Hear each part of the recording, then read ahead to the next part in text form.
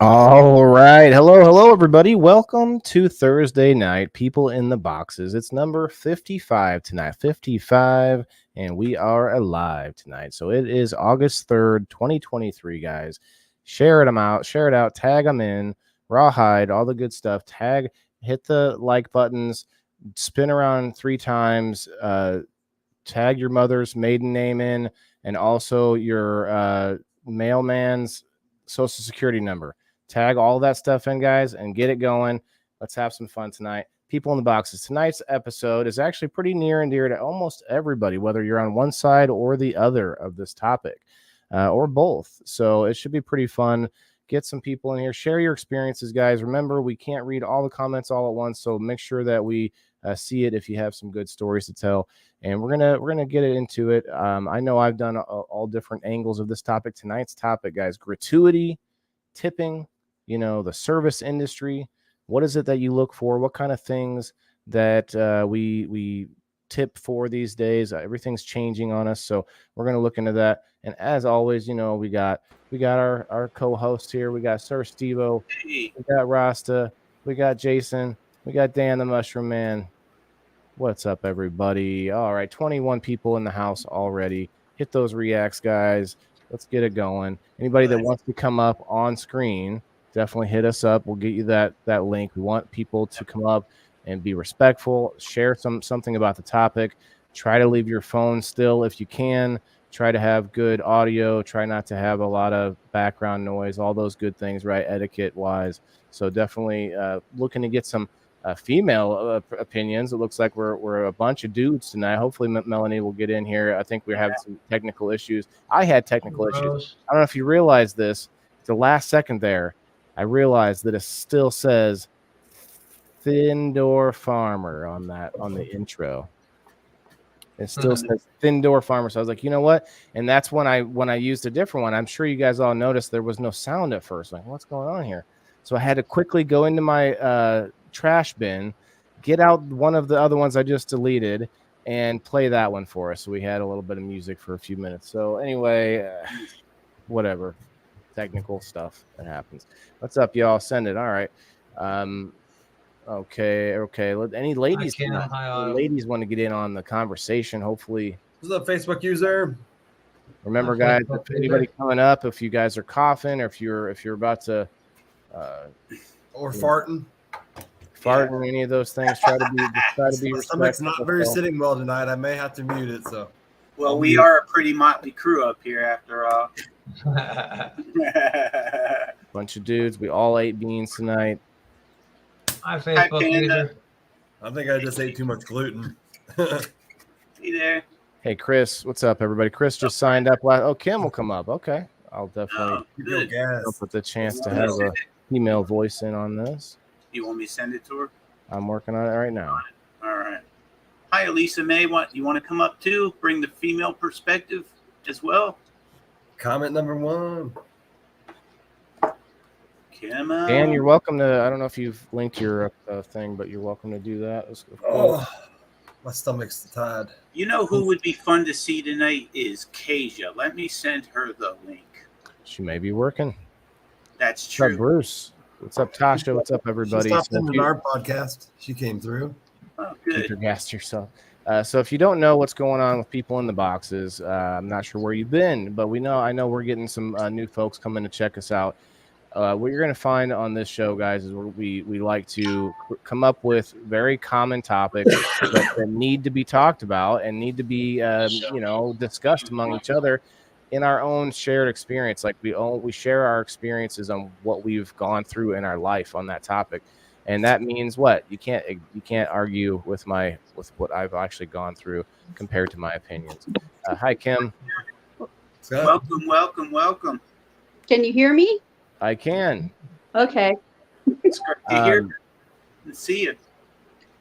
I had a professional development all day, so I look like doo-doo.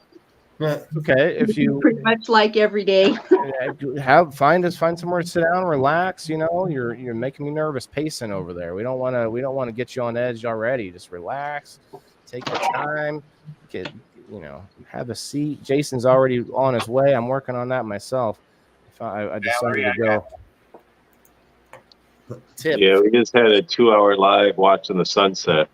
I went down to the lake here at my apartment and went down to the lake, and we sat there on live for 2 hours over on the family page and just watched the sunset, and had some nice classical music playing, just a relaxing, had a good smoke sesh, and just it was a good time. So yeah, I slid through there for a little bit, man, and oh, that was beautiful. No wonder why you like to do stuff like that. I mean, it's pretty soon it's going to be cold out, and we'll be complaining. Yeah, just sitting there at the lake watching the sunset, you know, and just watching the kids that are around playing and all that, and the boats coming in and out.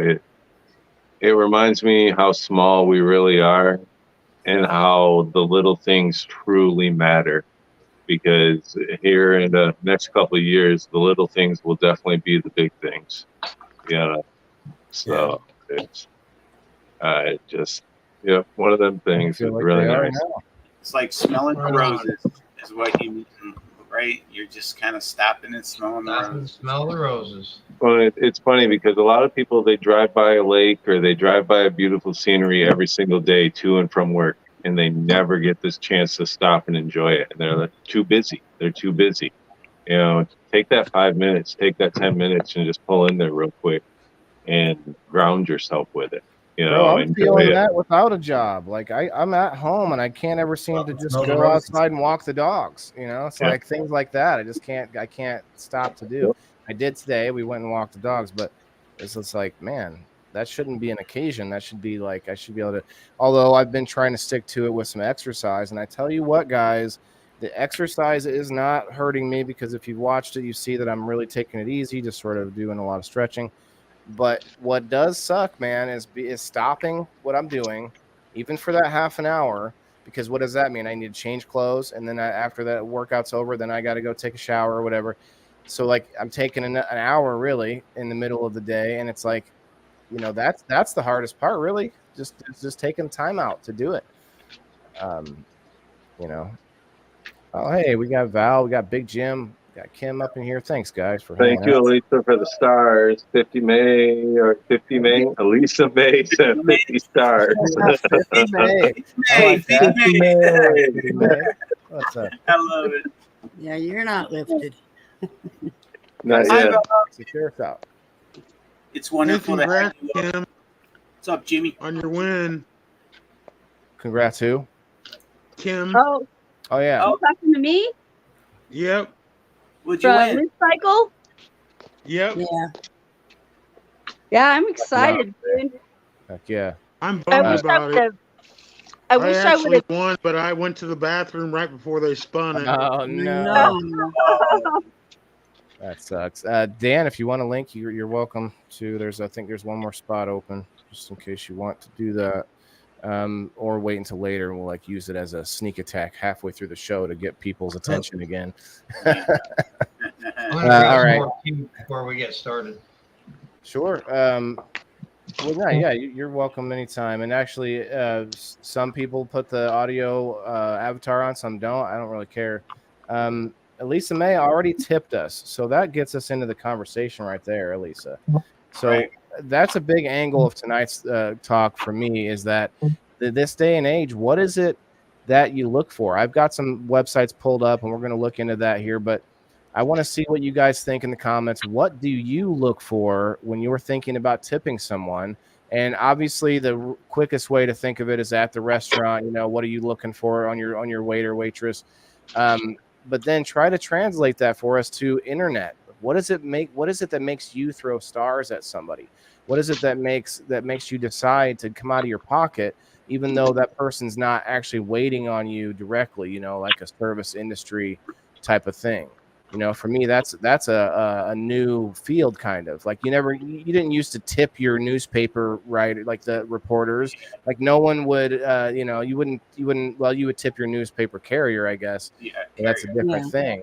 But you guys understand what I mean? Like the person making the content, we don't tip our News 25 person. We don't tip our like actors and actresses. I guess we might donate to them. We might get in their club or whatever. But that's kind of a new thing where you tip the person entertaining you on the screen. You may tip them because they're asking for money, or I have a dire situation. Can I get some money? That's different than if, like, Elisa May just threw 50 stars at us, and I wasn't asking for it. She just tipped us. That is definitely a tip, right? She's a big tipper. Yeah, big tipper. And I wonder if that translates. Some of you guys that do throw stars a lot around the community, I wonder if you guys are also good tippers in real life. And we're definitely going to get Jason's input on this for sure, because he owned a restaurant. I mean, I've worked in restaurants, but there's some different angles there. Working in a restaurant, that's all you're thinking of is tips. Owning a restaurant, though, you have to think of the bottom line. You can't just be worried about your folks getting their tips. You have to be more worried about what everything costs behind that too.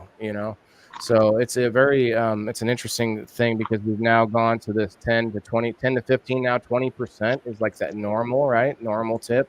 But people tip over normal, right? Because that makes it, if you tip what's normal, then you're kind of looked down upon a little bit, almost, in this day and age. Like with you don't think, Steve-O? Like, I don't mean look down upon, but like how do I put it? No, I wasn't disagreeing. I was just interested. That's my interest. I saw the look. Yeah, I was like, what? That's my interested face.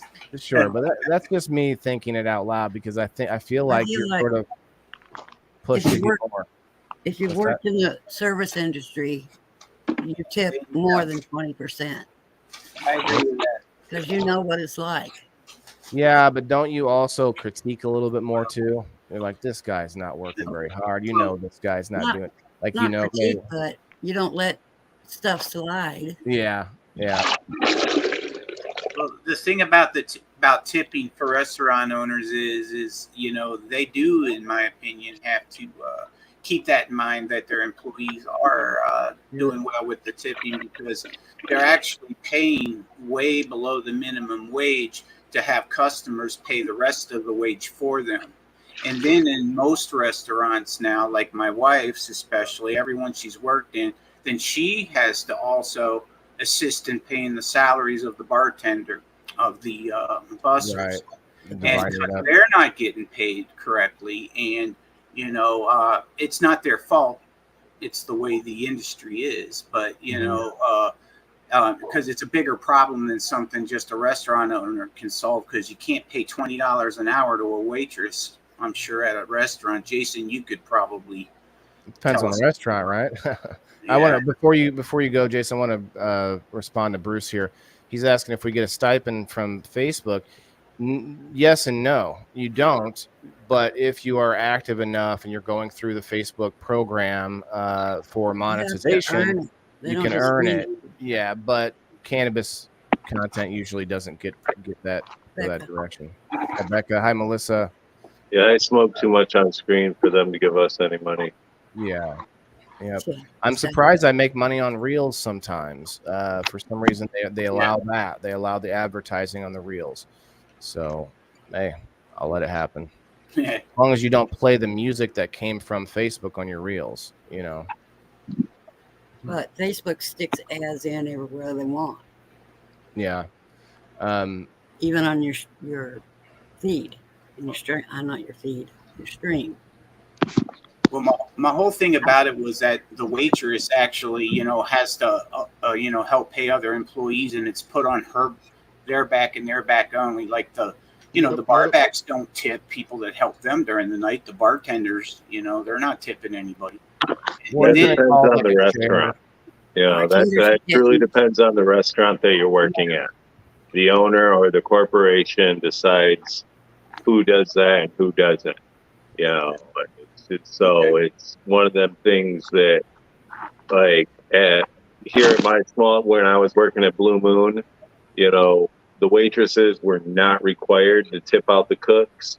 They did that out of their pocket, because a happy cook makes happy waitresses make happy customers. Yes. And not to jump in real quick and interrupt, but me, when I owned my business, I paid my waitresses and waiters minimum wage, and they got to keep 100% of their tips. They only had to claim credit card tips, because as a boss, a happy waitress, happy staff means happy customers. If your staff is taken care of and they enjoy their job, they're going to take care of your customers.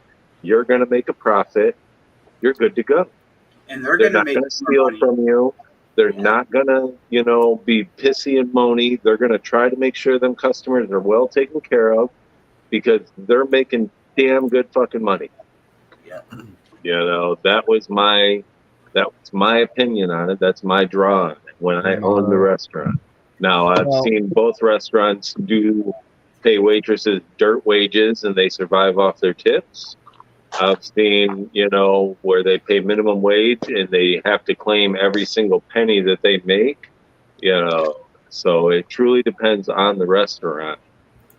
But well, you giving minimum wage and doing it that way, letting them claim all of their cash tips and not report and only use their credit card in the system that we're in right now, you did it the fairest, best way that a waitress can be treated. Because let's face it, at a busy restaurant, a waitress can make $300, $400, $500 in a second too. Yep. So, but like Jason said, that's all about your attitude.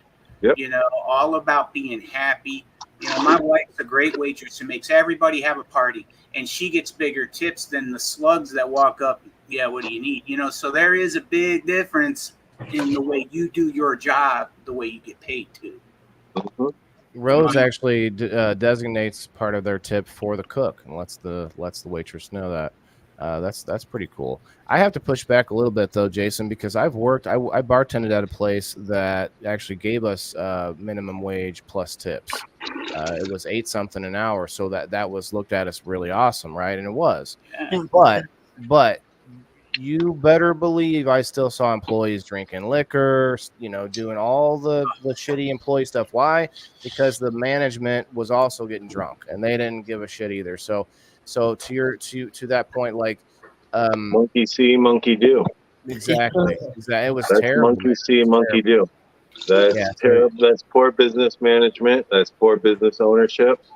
Which makes the service hurt because of that, and that's sad because when you go in, you're only looking at the person who's coming to wait on you, and you're not necessarily noticing all of it. And I guess I don't want to get stuck just on the food industry, but I think it is weird how the food industry is one of the only industries where tipping is basically expected.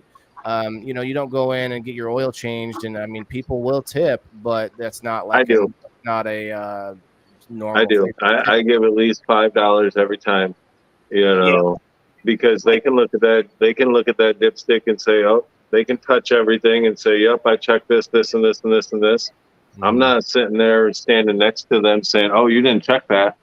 Oh, you didn't make that tight enough." Mm-hmm. And I respect them. That shit's hot. The engine is fucking hot. They are servicing something that I rely on my life. My life is literally in their hands when they are dealing with my vehicle. I could pull out of there and they not fucking do something properly and get in a freaking accident. And I want to show them a little bit of respect. And hey, $5, it ain't much, but it gives them a soda real quick. It gives them, a half pack of cigarettes, gallon of gas. It lets them know that they're doing something for somebody, not just a number. Yeah, there's more to it than the dollar amount. It just gives them like that's like when we back in the day when we had grocery baggers. When that kid would carry the groceries out to my car or whatever, I would make sure to give them a couple bucks.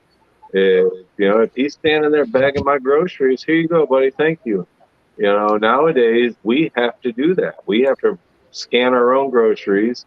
We got to do our own shopping, scan our own groceries, bag our own groceries, and then stand in line so they can scan our receipt on the way out to make sure we didn't steal nothing. Right. Like they don't have cameras trained on you and people. Right. Are you going to pay me? Pay me for doing your job? Has anybody ever done what I do, especially like what Jason's saying, when someone goes to work on my car and I meet the guy ahead of time, I tip them first. And that makes sure that they are giving me that special attention during that service. And, some situations, it's good to do it ahead of time. Be like, hey, man, thanks. Boom, pop them a $10 bill, $5. And he's going to make sure everything's good. In the cleaning service, I found that more often. that people would tip you beforehand, before when you were cleaning their car, cleaning their carpet, their furniture, going in to clean their house or something. They would tip you beforehand, and then they would come back and walk through on the way end and be like, "Oh, here's a couple more bucks," or "Here's another. You did a fucking outstanding job," and here's this. I don't really see it very much in the restaurant industry, getting tipped beforehand, but cleaning industry, I did. Do you guys think? Do you guys think that prostitutes get tipped? Yes. Oh. I would have no clue. Some of them have to call it I that. feel like the price is the price. I'd be like, "Look, lady, you told me this is the price. I'm not tipping you." But here, you did a real good job. Here's an extra 20. Is that what you're talking weird. about? Are we Seems weird, considering an escort and a prostitute the same thing? Oh, Pretty well, much. I guess so, but an escort for sure would have like Yeah, because they long get rate. I have seen firsthand an escort get tipped. Maui. Nice. May, I'm Sitting coming. right next to her after they came back from the hotel, and he was like, "Yeah, yep," and he fucking just shoveled out the money. This girl fucking made his whole life. Made his whole life. So Rose So- said something how some places can't tip. Why not? And that is interesting how some don't. Kim, go ahead. What do you got? So I want to be like, I want to be the, I don't know, devil's advocate, or That's Right. Waylon on Shaw. the outside of what everybody's saying here, That's great. We love that. just because. But why am I paying people extra? Now, this is with the exception of like waitresses and stuff at a restaurant, because they get paid below minimum wage usually. Okay, so I separate those out. But why should I pay somebody to do a good job when that's what they're hired to do? Why am I going to set a precedent for somebody to do a good job? I feel that. I mean, they should be coming to work and doing what they're supposed to do in the first place. And, if they're not coming to work and doing what they're supposed to do, then why, I don't know. It just bugs me. It's kind of like that whole giving kids trophies just because they show up. Mm-hmm. And then they expect, when they get older, that life is going to treat them good because, oh, I showed up, give me my reward. Well, it seems almost like I keep thinking of the phrase "keeping up with the Johnsons" or whatever. It's almost like if you're a tipper, then the next guy says, "Well, I'm a bigger tipper." Oh yeah, well, I'm the biggest tipper. Oh yeah, well, I leave a check sitting there. Like, the Joneses, yeah, Miss Johnson, Mr. Jones, all those people, all of those, you keep up with them. But yeah, it's not. It kind of feels like that. But you earn the tip for sure. But some people tip just because it's like an ego thing. They want to look like they're something special, I guess. I don't know. I kind of disagree with tipping waiters and waitresses because the restaurant, like, how did that ever start? Well, let's just go ahead and pay them a couple dollars an hour here, and instead of right next door at the bank where they make 12, whatever. Because they can get away with it. But Well, why yeah. though? There's no other business that's been able to do that other than Somebody stripping. set that I guess. precedent. Well, in 1991, I believe it was when they amended the Minimum Wage Act that's when they coined service industry at that point. And you could go as low as it's still the same today as it was in Lisa, 91. I sent you the link, ma'am. Go check your DMs. So did I. I sent it to her too. And it's $2.13 an hour. And that's still what it is today. It never And I changed. think I think it's ridiculous, but at the same time, I mean, I get it because I know I've never worked in the service industry ever. Okay, so I don't know from a personal experience, but I know because I've watched the controversy around it, and stuff over the years. And, restaurants, in order to stay in business, they do have that bottom line. And, labor costs for any business are usually the highest expenses that you have. So I get that, but at the same time, I don't know. It just It seems like the two things don't mix. You can't have a restaurant make a profit and pay large amounts to labor. I think they can, and let me tell you how. Because especially restaurant and the food industry, we see it at every level, all the way down to the guy with a tiny cart with serving hot dogs. Right, that guy's not paying himself minimum wage. He's making the profit of what is he doing? It's straight up supply and demand. Whatever the cost of that food is, whatever he can sell it for, that's what he's doing. So to my point, if that man wants to have employees, he should wait until he's selling so many more hot dogs than he can keep up with, that he can actually pay, a good wage. Now, I am not somebody who's for a minimum wage. I am not for minimum wage, period. I think if you're willing to work for it, that's on you. Whatever the wage is. If you aren't willing to go find a better job, that's also on you, and that's still the same way even with minimum wage. I think that hurts us actually in the long run. Companies are like, oh, we're at the minimum, good, we're golden. Yeah. I think it hurts us more than it helps us. It used to be good because we didn't have the internet, we didn't have the such fast transfer of information where people could say, oh, this company's doing what with its employees, and then plaster it all over the world, right? Now, back then we needed unions, we needed child labor laws, we needed all this stuff to come in because we were being exploited. Now it's like you can just whistle blow, you can do all these things. But I want to say hi to Kasia. Hi, Kasia. Yeah. For coming. Thanks for coming. I knew if I sent you a link, I was hoping. We're still waiting on Lisa May. Yep. Melanie. Everybody on this screen fucks with you. Oh yeah. Everybody on the screen fucks with you. Hi, Charlene. I can't never do that for some reason. Yes, ma'am. I agree with you to a certain degree about minimum wage, because one of my complaints is that, you're right. People, working at McDonald's for the most part, back when I was younger, was a job that high school kids did. Mm-hmm. And now you have all of these people out there that have made it into that's kind of like their career. That's what they do. And they don't have any incentive to do anything to improve that. And, it's a drag on our economy. Now, with that being said, there is a segment of our population, and I say this with full knowledge of this because I'm a special ed teacher and I work at the high school level. And I work with children that have disabilities, that have some pretty significant cognitive or learning disabilities. And these kids will never rise to the level of being a business owner or whatever. They're always going to be dependent on, jobs where they, produce hard labor. Hold your thought for a second, because I did see that story of that girl with Down syndrome opening her own bakery because nobody would hire her. Did you guys see that a couple of years back?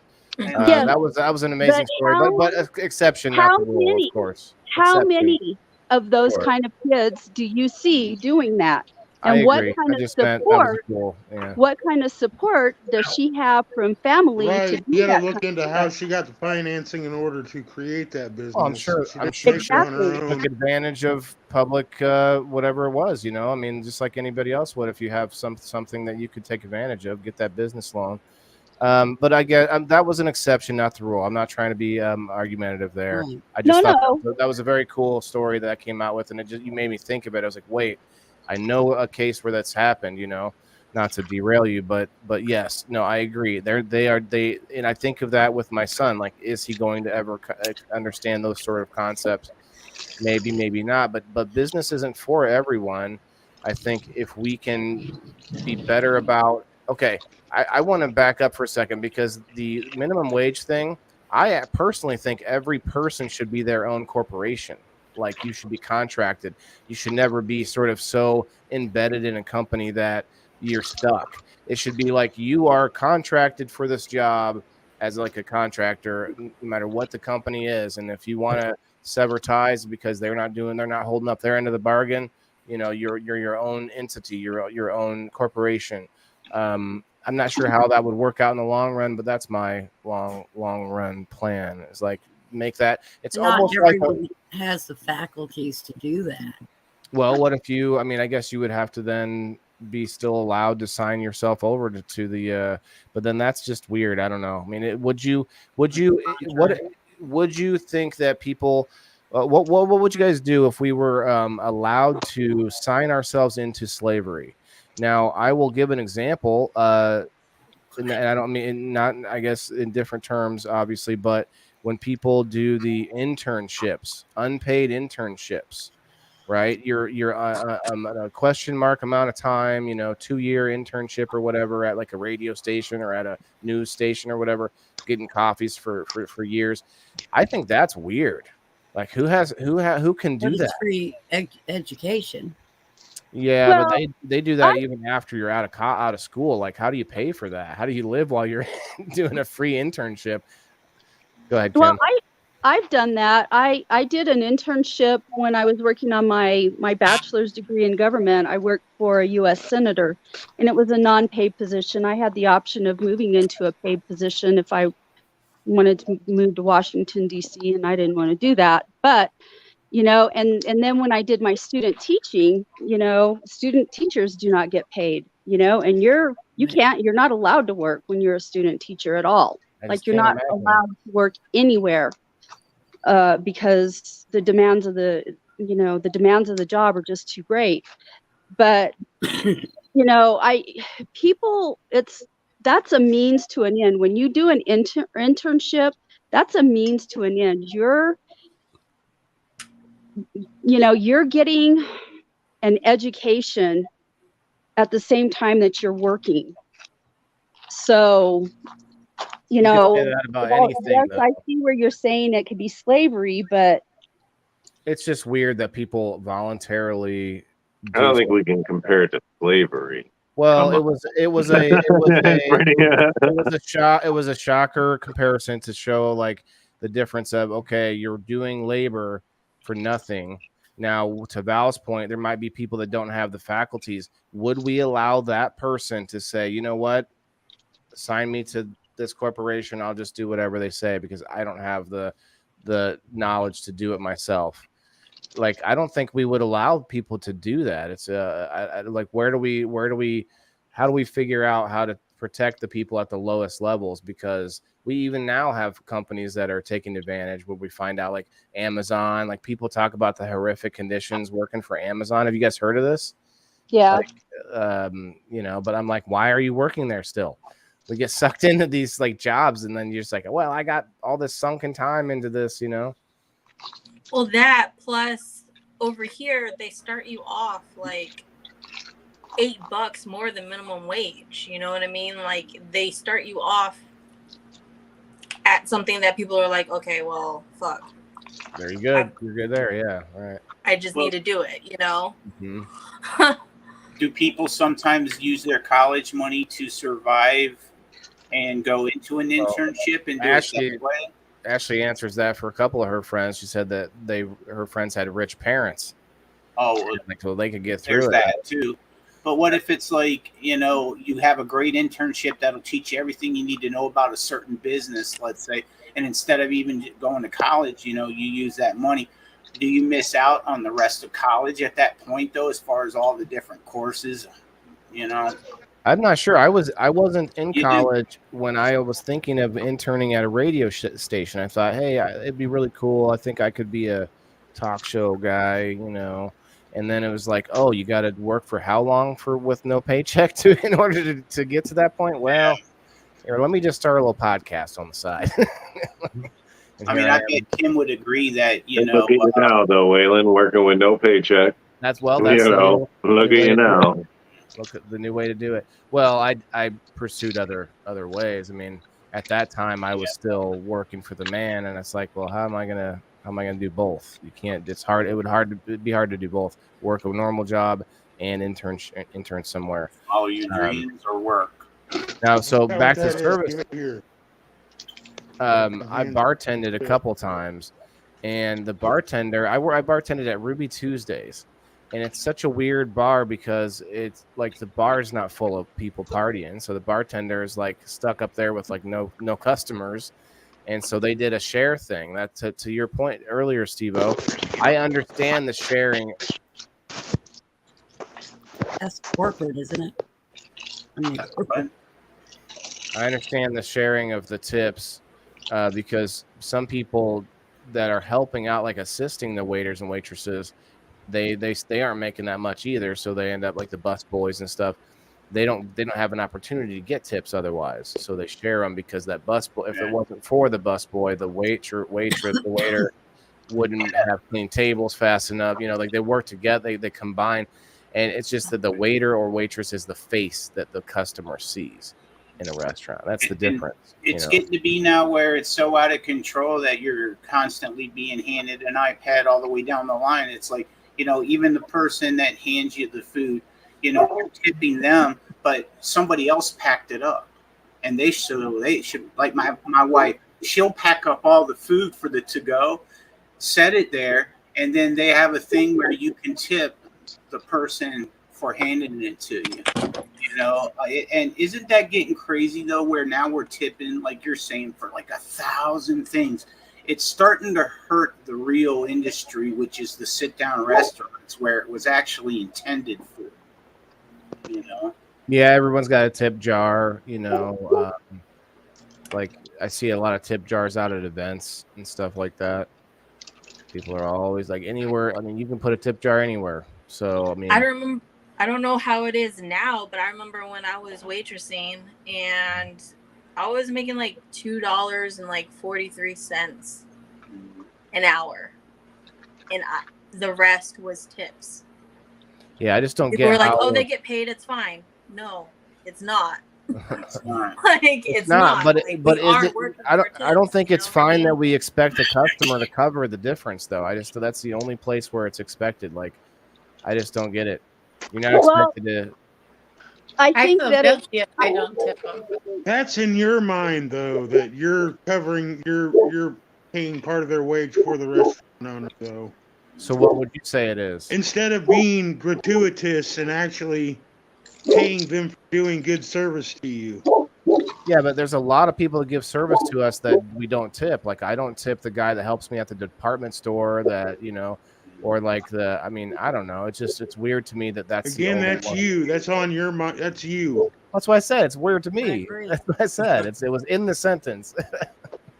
But if I a didn't dude, say, hey, it's weird for let's all say of I you went guys. to Lowe's and I bought a bunch of heavy shit, and one of those dudes helped take it out to the car, I'd throw him a few bucks. Yeah. I think that You wouldn't.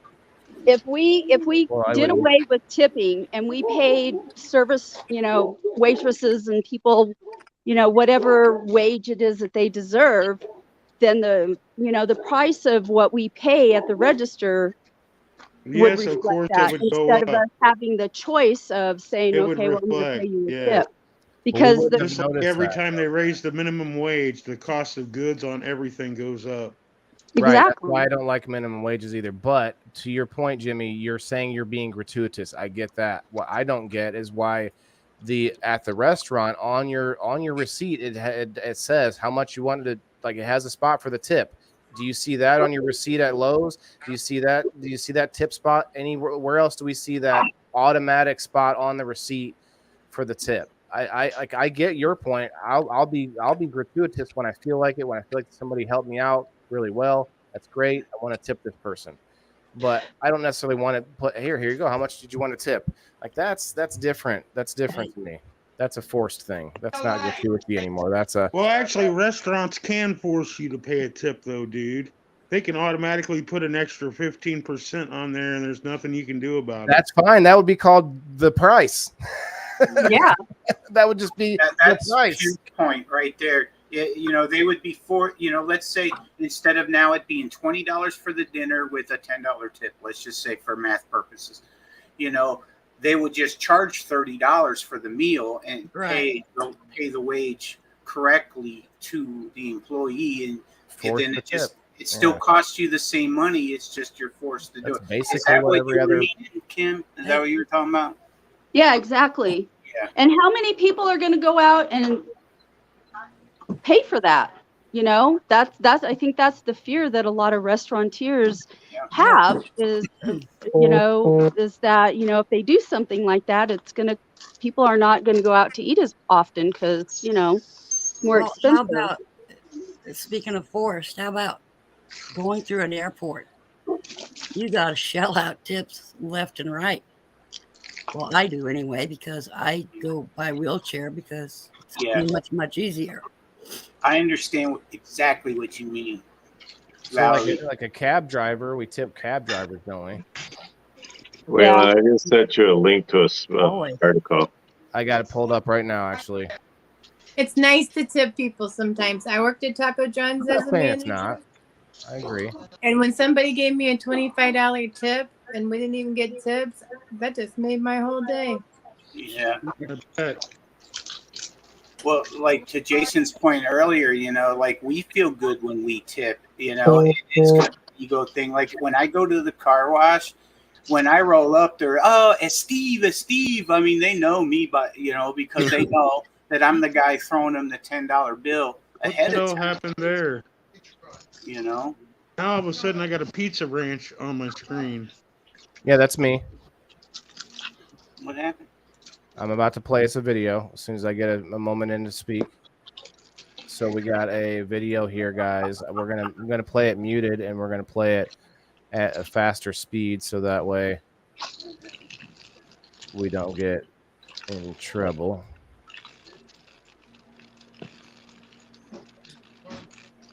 Let's see. I'm gonna look down the line to find it. Robots in restaurants, guys. Robots in restaurants. It'd probably be more sanitary. Oh, hell no. So would you tip your robot? They're not going It literally goes around table to table, and you stops at the table and you put your dishes right inside of the cart, and it takes it all the way back to the kitchen. So it makes you do work. Mm-hmm. Yep, it's like a self-checkout line. That's how they're gonna make it cheaper.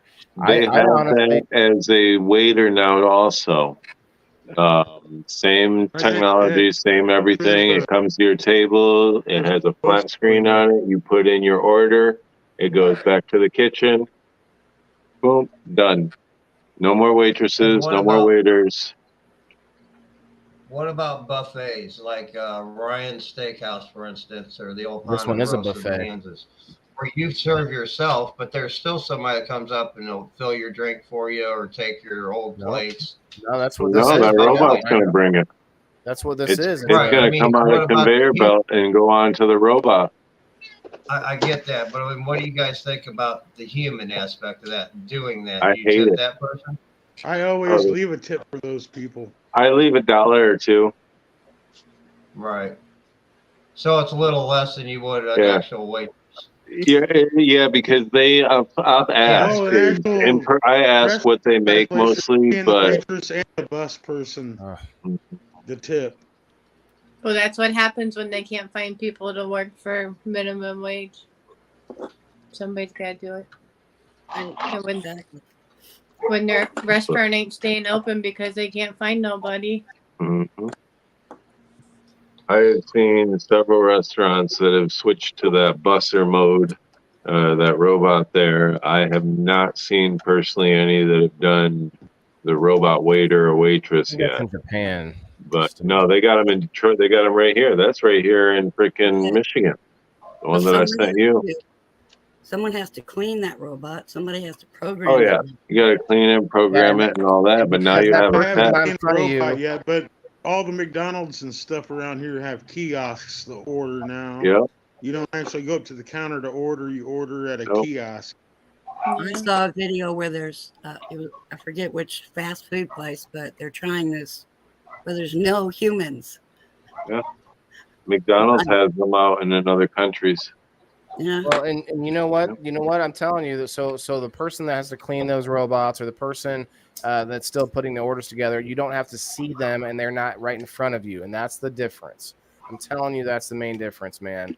If you got somebody that's that personal touching your food, that's why it's mostly the highest gratuitous thing, is my opinion. That's we have some Well, they're statistics cutting to down go up on here. labor too, and they don't got somebody over there jacking around Uh-huh. wasting their money. Well, I know. labor cost is huge. Labor cost and theft. Them two, if you eliminate them from your daily money, I mean, that's right there. You're making a profit the first year instead of 5 years in. You know. Have we thought about down the line though? Have we thought about, say, the food prices down, like before it gets to the restaurant? Like, are they getting gouged? Is there like a lot of issues with our, like the prices of the markets and everything because of the way they keep jacking with our supply and our different issues? Like, there's a lot of economic reasons that can really hit the restaurants hard, especially because of their supplies for these for the products. Some of that stuff is that's why the food is so expensive, and that's why we're expected to do it this way. It's because it's more expensive. I mean, I don't know. I think that we should try and get the best food we can, but some restaurants, you have to ship food in from thousands of miles away, and it's frozen. It's sitting on the docks for a week or whatever. That's not good. And we're sitting there. Yeah, but you know what? They don't give you the best food. Like, there's some restaurants that do, but like a lot of restaurants, it's like they don't necessarily buy the most high-end. Right. That's where they can cut corners. Yeah, I have heard that there's a couple states out there and a couple small communities that if you build a restaurant or have a restaurant in their community, you have to get locally grown food products from their places and from their meat That's awesome. areas and all of that. Yeah, and I think that right there that's huge. You don't have any major chains going in that way. They're not coming in saying, "Oh, we ship all our meat frozen from here or whatever." And I think that's an amazing thing that, hey, if you want to open a restaurant here, you're going to buy local. You're going to get your stuff from the local community. It supports all the way around. Man, I've been actually kind of disappointed. I've talked to a few that I thought would do something like that. There's a couple of local restaurants that have something to do with like military or veterans in the name. I don't want to name them, but two different ones that something military kind of a name, like patriotic type name. I thought, okay, this must be like a veteran owned and operated restaurant. I go in there, neither place was. And I said, and neither place got anything local. Not like there was no community aspect to it. It was just this bullshit name. And it's like, all right. So that's stolen valor. That's one thing that I like about our local beer community, our breweries and stuff, because 90% of our restaurants serve at least one or two of our local breweries beers. And we have a lot of breweries here in Jackson. 5 that I know of right off the top of my head. That's not even counting the surrounding areas. How did I get where I'm at on the screen? I don't even see you. Oh, there you are down there. What Who are you covering up? Right oh, now? You're covering up Kasia. Bye. Love your face. Where am I? He's a bunny. Where is Waylon? What if I just do this? That's not good. Let me click yes. Tiny. What the hell is that? That's not good either. I have to. You can edit these, but I don't want to spend the time to edit right this second. Well, it looks like that's what you're doing. Well, I'm going to because I want to uncover everybody. Well, it doesn't mean I want to. It still remains the same. I don't want to, but you're not gonna make. Here I am. Is it because there's 10? I'm here. Might be. It just stuffed me down in a smaller box. So I found this website here, Ramsey Solutions. How to tip in all situations. Thought it was interesting. Is this by Gordon?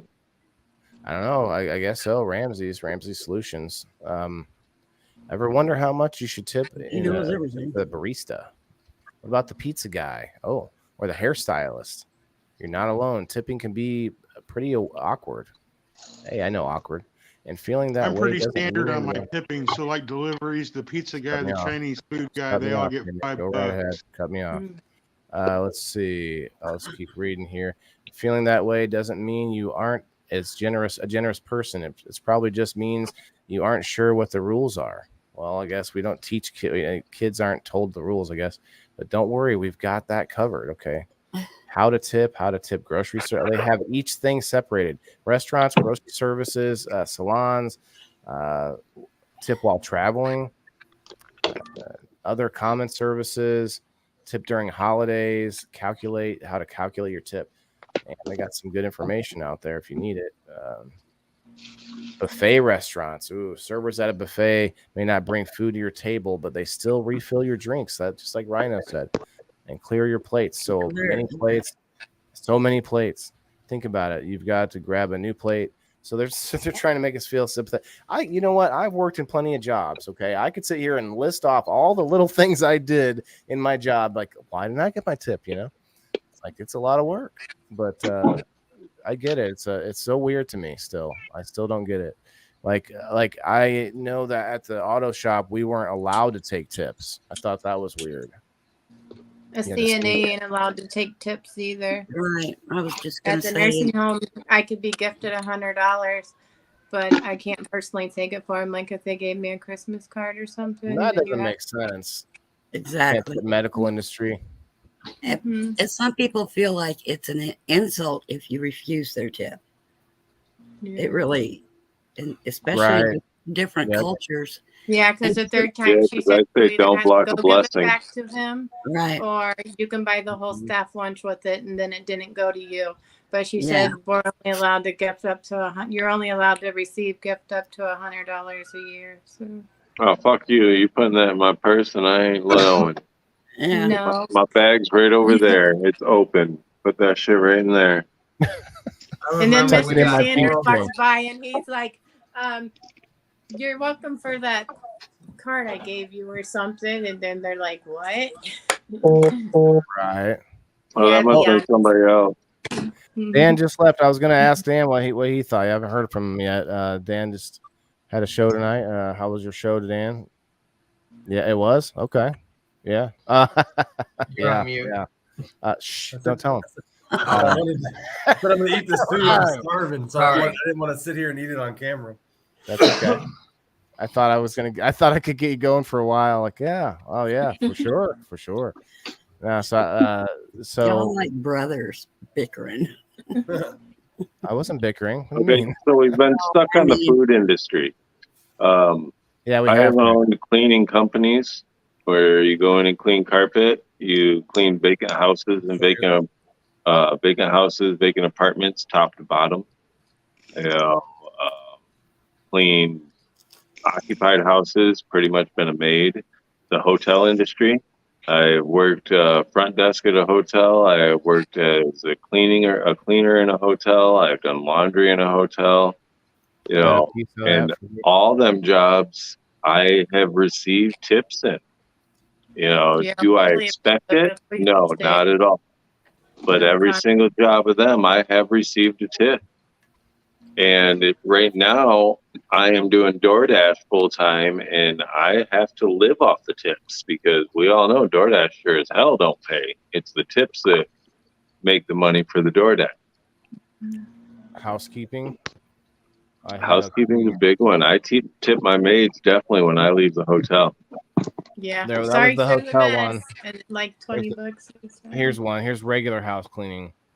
There's nothing wrong with cleaning up the mess. This is hard to work. Me too, but they still gotta strip all the beds and clean them up. When you stay in a big condo and you've been there for a week, and they gotta clean the bed.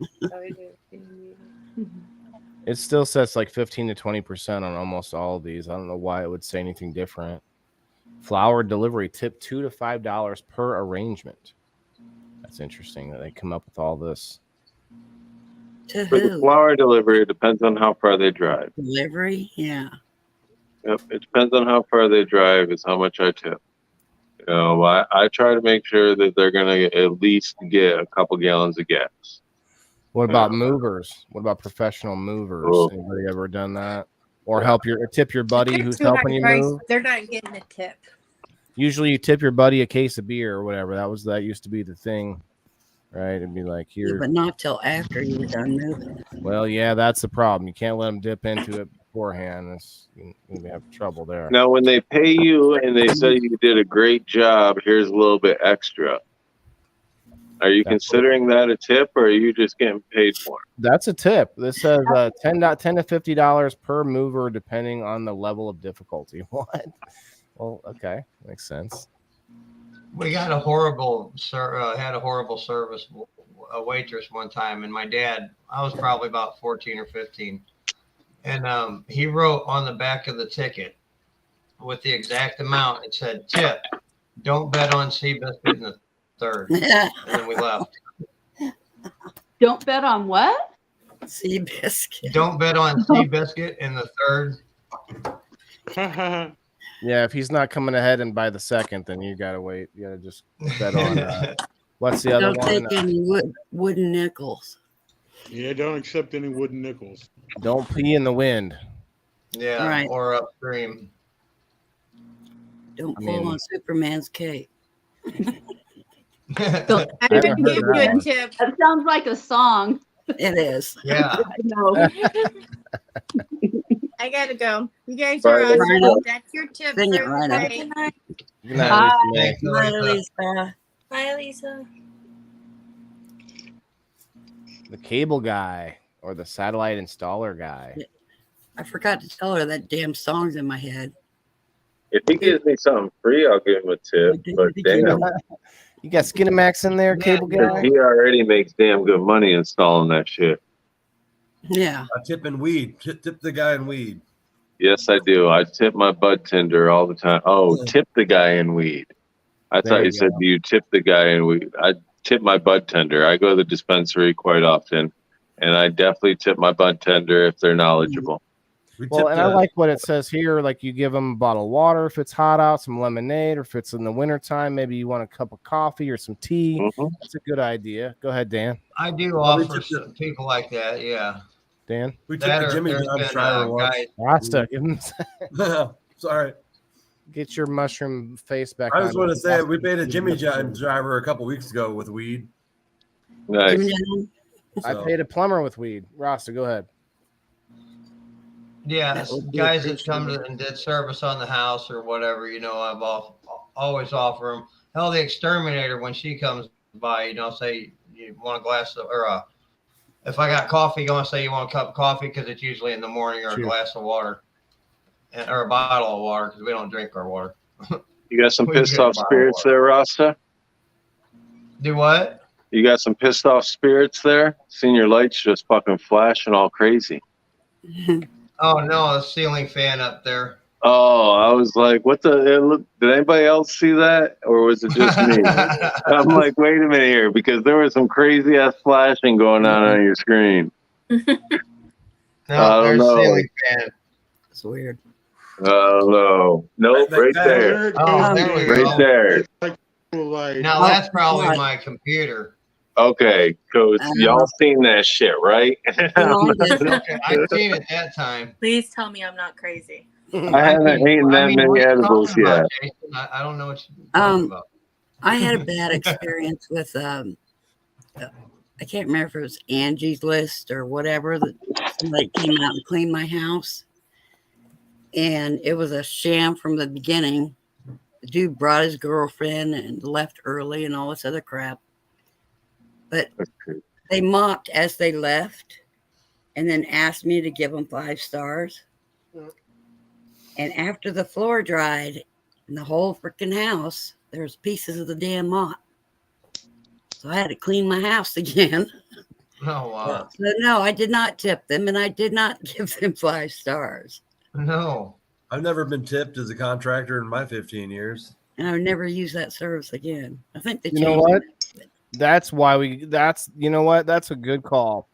It gives us the option not to tip if our server has a bad again, that still brings me back to why it's weird that they're different, because you should be able to do that in all services, right?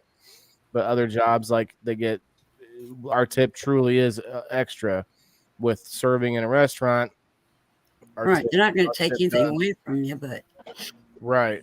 So it is funny because you want sometimes to be able to take something away from your whoever it is that came to your house and did a bad job. I mean, it happens sometimes, and it's like a lot of us live in a small town too, or smaller towns, so we know a lot of the people, and we go to the same place over and over and over again. Word of mouth too, can help us. So that definitely, I know that I take care of my regular people that I see more than just a random waitress or some service person or whatnot. Yeah. I was gonna say earlier, do we try to go back to the same people that we've been tipping because they do a good job, because we know they do a good job, and that's why we want to go back to that person. So if you frequent a restaurant, or say like your oil change guy, you're going back to well, that like same Steve guy. said with the car wash, Yeah. Right. You keep going back to that same guy. Rasta, wedding officiant. I'm tipped? an ordained minister. I've never been tipped. They just pay me the or whatever I charge for the service, and then that's considered your payment or your tip. Yeah, there's nothing. Well, I guess that a lot of them say if you want to stay and eat at the reception, you can, which a lot of times I do, because most of the time it's been somebody that I was in my area that I kind of knew, or I knew somebody that introduced me to that couple. So I just most of them. There was about 2 of them. I've done about 15. There was about 2 of them that I didn't eat at. I know why you haven't gotten an extra tip though after the job. It's because you haven't dressed up as an Elvis impersonator yet. You need to do that next. Bust it out in song. My father-in-law was a very large tipper. He was really big on tipping, and he went to tip the guy that married my ex and I, and he denied it. He was like, "No, I can't take that from you. You paid me my dues already, and that's that." And I would have too. Yeah, and it's nice to have that option. Depends on the region. You're right. Like some people say, I say it's hard to block a blessing, but some people just don't feel right taking it. Babysitting, man, babysitting's expensive as hell right now. Like, that'd be hard to tip because they just ask for it straight up. They don't really, there's I think it more was back in the day. Babysitters got tipped a little bit more. Like, oh fuck, I'm sorry, we were late 3 hours. Blah blah blah. Here's some extra. This says if your babysitter really helped you out, like agreeing to watch your little ones on short notice or cleaning up the aftermath of your child's stomach ache from the carpet, then maybe you should tip them. But this isn't an absolute must. There. Yeah, they went extreme. It's a nice gesture. Acknowledging the trouble they went through. Okay. The kid pukes on the carpet and the babysitter cleans that shit up. Like, whoa. I mean, don't just leave it there. Right. The parents are coming back for hours. Over it. I put a towel over it. We just walk around it. Right. Amen, Joe. Your kids that you're entrusting this person to keep safe, So I had a babysitter who once tell me, I asked, what do I owe you? And they said, what do you think it's worth? Or whatever you think it's worth. I said, hell, it's $50. Well, I didn't get to see your job, so I'm going to guess it was worth very little. I got some other stuff pulled up here that are some decent statistics. So the definition of gratuity. Man, where'd you go? A tip given to a waiter, taxi driver, etc. That's the definition, really. They couldn't have gone any deeper than that. Range there, yeah. I tip my Uber driver. Yeah. Yep. I tip my Uber driver, and I used to take my taxi cab driver when I would take a cab before Uber. In 2021, the service sector contributed around 77.6% of the GDP of the United States because we don't make anything anymore, right? So all we do is we serve. Everybody is just working for somebody. Customer service. We make very little. We make content is what we make. Lots of content. OnlyFans and such. Among the service sector, the professional, scientific, and technical services industry has been the most dominant in recent years. Scientific meaning what like building apps. Service sector. Oh yeah, I did pull that up. I don't want to accept those, but I will. You should be able to join. I don't want to subscribe. It costs money, right? Value added USP 7.93 trillion US. And they want a tip. Industries in the United States are divided into three major economic categories, which we know. Primary sector, raw materials are extracted or gathered. Secondary or manufacturing sector creates finished goods. The third is the service sector. Yeah, we're mostly service now, man. Come on now. You just winked at me. U.S. annual GDP. There's no number there. Gross. Gross. Yeah, that's pretty gross. No, it was something else. Sorry. About 2/5 of the adult population tip their wait staff between 18 and 21.9% on average. So 43% of adults tip 18 to 21.9%. A further 15% of adults say they leave an average of 22 to 26% of the bill as a gratuity. And another roughly 6% of people say they leave a tip or more than 26%. To give you some quick and dirty stats. I remember reading something along the same lines years ago, like with pretty much the same statistics. Listen to this one. 18.8 million Americans stiff their wait staff. Holy cow. That's wow. Kind of a staggering number, isn't it, when it's read like that? It's not very nice. I had a group of kids walk out once when I was working as a waitress at an ice cream shop. I had to cover the bill or I lost my job. Yeah. Over ice cream. So I don't know if they're saying stiff the waitress as in they don't pay the bill or if they just don't pay a tip. Well, I had somebody. I would think don't tip. Yeah. Go ahead, Val. I had somebody, I gave them too much money and change and they kept it and wouldn't give it back. Hey, can I get my change? Thank you. Come again. I know what I had, dude. Here we go. Here's some more. Of those who tip under 18%, which is the other 57% of people, 17% of those say they leave between 14 and 17.9%. So just a little under. 10% of those people say they drop 10% to 13.9%. And nearly 2% saying they leave less than 10%. Remarkably, a little over 7% of American adults say they don't tip at all. Almost 19 million people. I'd like to know what demographic. Somebody leaving, Jason. I can't see the chat right now, so hopefully. No, I'm saying hi to Becca. Oh, hi, Becca. Becca's World's here. Becca, we got space up here if anybody wants to come up and share their experience. Share your experience. I didn't, guys. I do apologize to our fans and to our co-hosts. I didn't get to make a video tonight or last week. I've been really working hard on some other projects. Maybe we'll talk about it later in the after show, Steve-O. I don't know if I want to show it yet, but we're gonna protest that you didn't make a video. We're done. I Get thought out. you said you. I thought you said you out were of making here. it. I thought you were making it this time. Though. What, Keisha? You're out of here. No. Well, I heard someone else Yeah, say because I something. thought Becca needs to come up. You got space? What do you mean? No, you're good. We got a spot.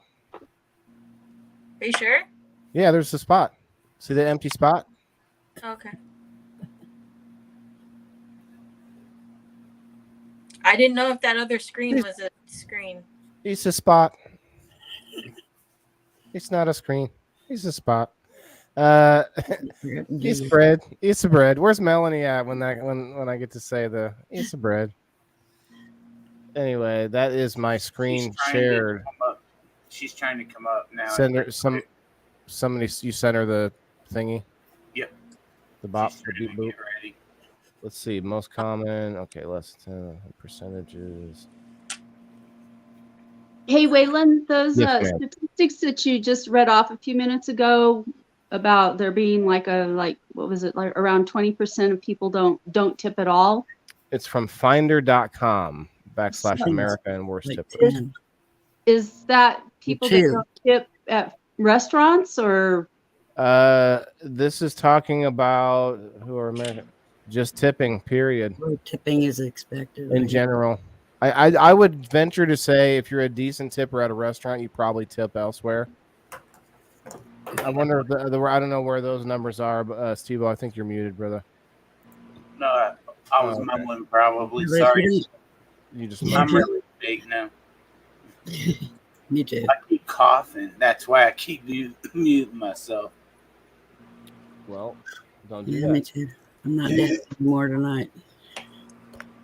Don't do that. Do not that. Don't do that. I don't know. It really bothers me when people don't tip at restaurants, though. I have a friend that she's very demanding. I'm very demanding, but like I'm not mean about it. I'm not a hard ass about it. I'm a very picky eater. And so, I'm more demanding like that, I guess. But she's demanding about everything. And if she feels like she didn't get everything that she wanted, she will not tip. And that bothers me, because, that, I don't know, it just bothers me because they're working, they're serving your food, they're doing what they're supposed to do. And you're not tipping them based on whatever. I mean, I don't know, just the standards that she has. And it really bothers me when people don't tip.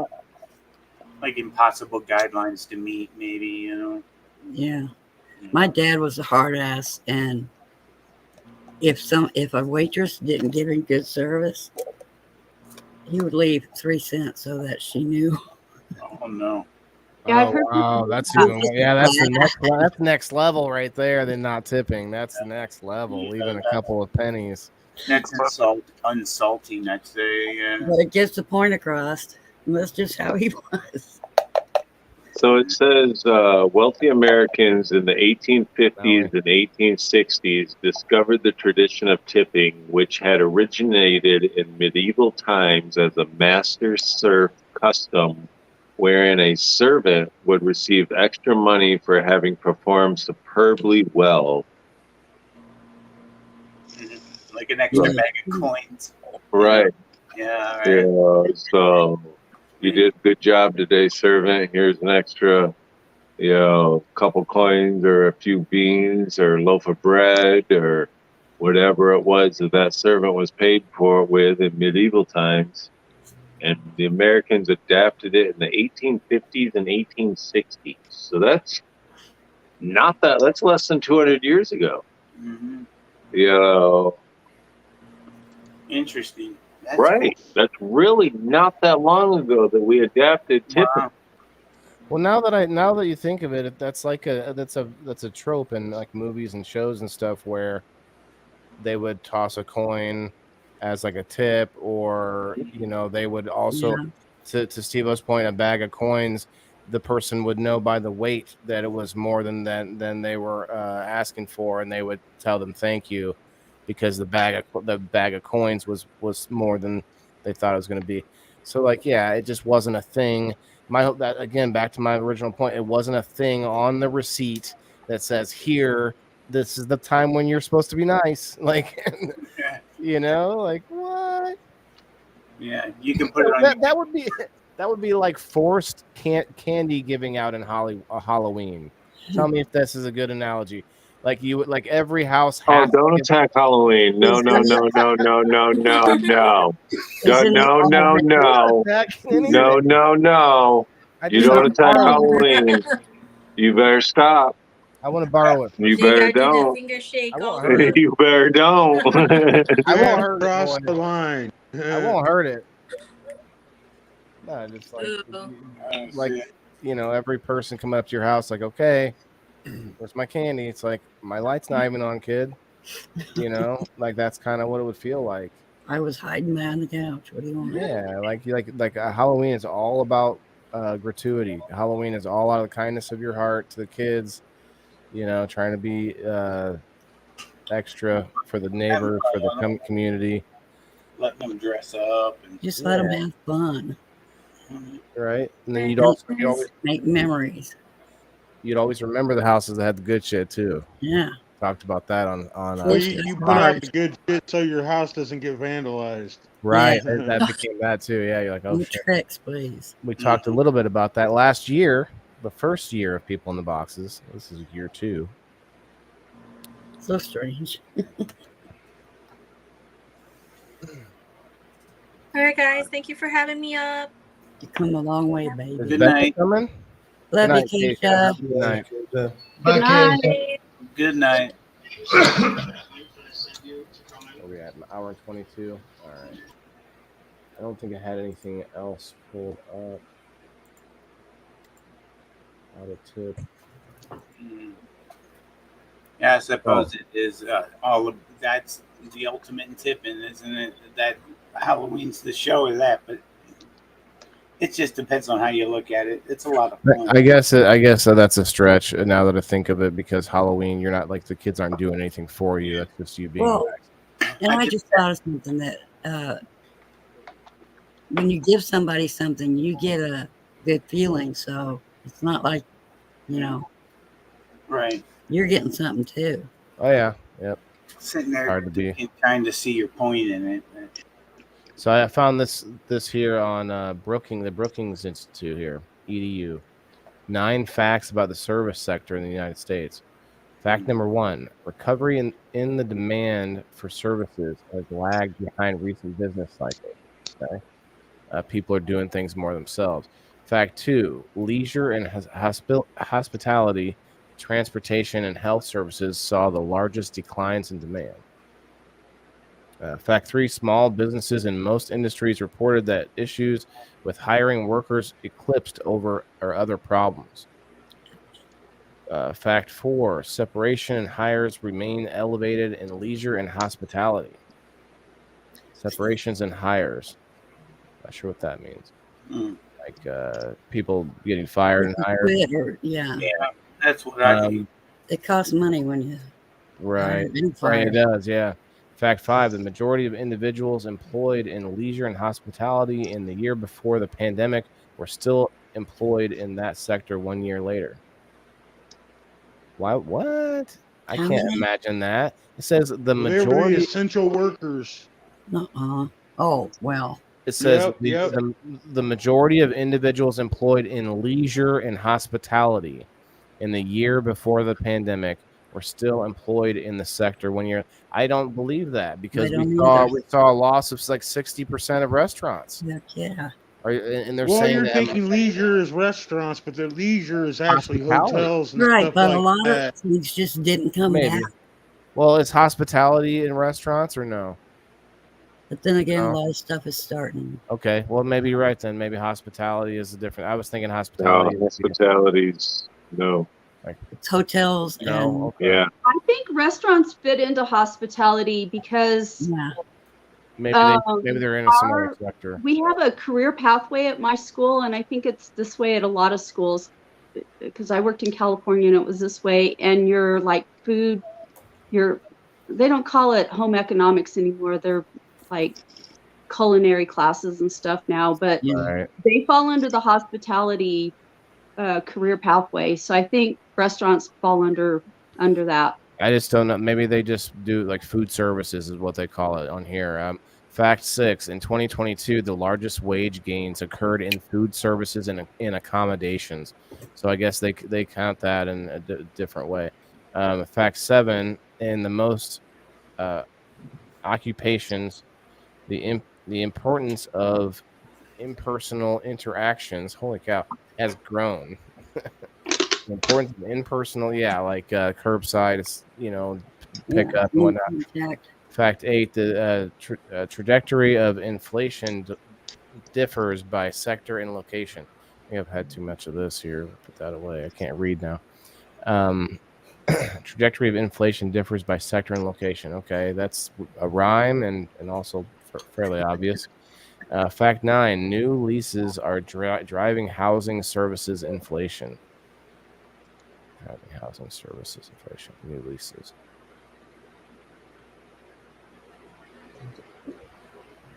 Like people moving, I guess. I don't know. I guess that could be a good one, or a good reason for housing services to go up, because all the moving means that the owners are refurbishing and building up their places to look good again, to resell or whatever. Steve-O, did Becca say she was coming? I'm going to go back over here. I thought somebody else. It says hospitality jobs are in the service field and service industry, which includes lodging, food and beverage, and event planning. Okay. So here's a survey, though, that I found. It says, unfortunately, in our society, 9 out of 10 people say women are tipped better than men, by women and by men. He went there. Oh, man. Oh, yeah, I did. It's true. I will, definitely. Do we believe so? Do we believe women are tipped better are tipped more than a man is? Sure. It's because sex sells.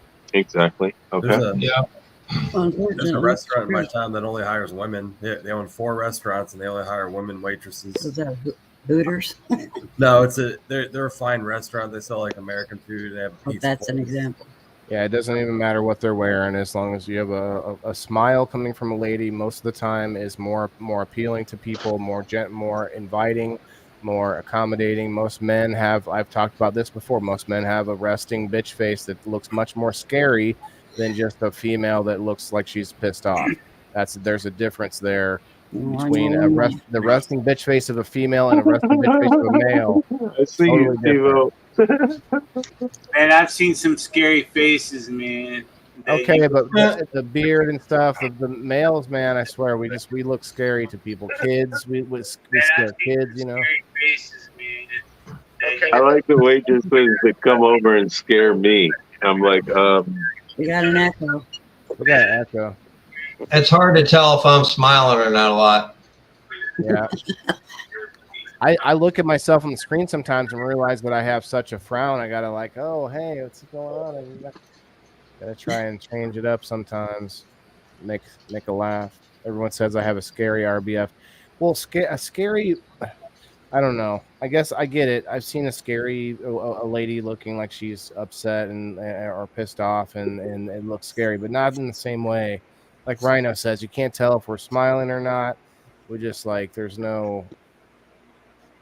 It's hard to read through all the facial hair sometimes. Yeah, right. Intimidating, actually, yeah. That's part of it. I mean, I was first saying sex appeal, right, Jason? Because there's the whole other side of it. We don't have to go that way, but yes, there's the whole thing where female bartenders, maybe they show a little cleavage and they get more tips. That's a pretty known fact, even though it's kind of sad. But I like to look at the other side, which was the lighter side, which is, yes, women are just more naturally smiling, and they look more pleasing to talk to and stuff in general. So you don't have to go to the sex side of things if you want to still look at why a woman might be more appealing, to a family when they're eating or they're in like a safe zone or whatever. You know what I mean? I don't know. Well, even not going towards them saying sex sells, because they should be able to wear what they want when they want. And, if an outfit shows whatever.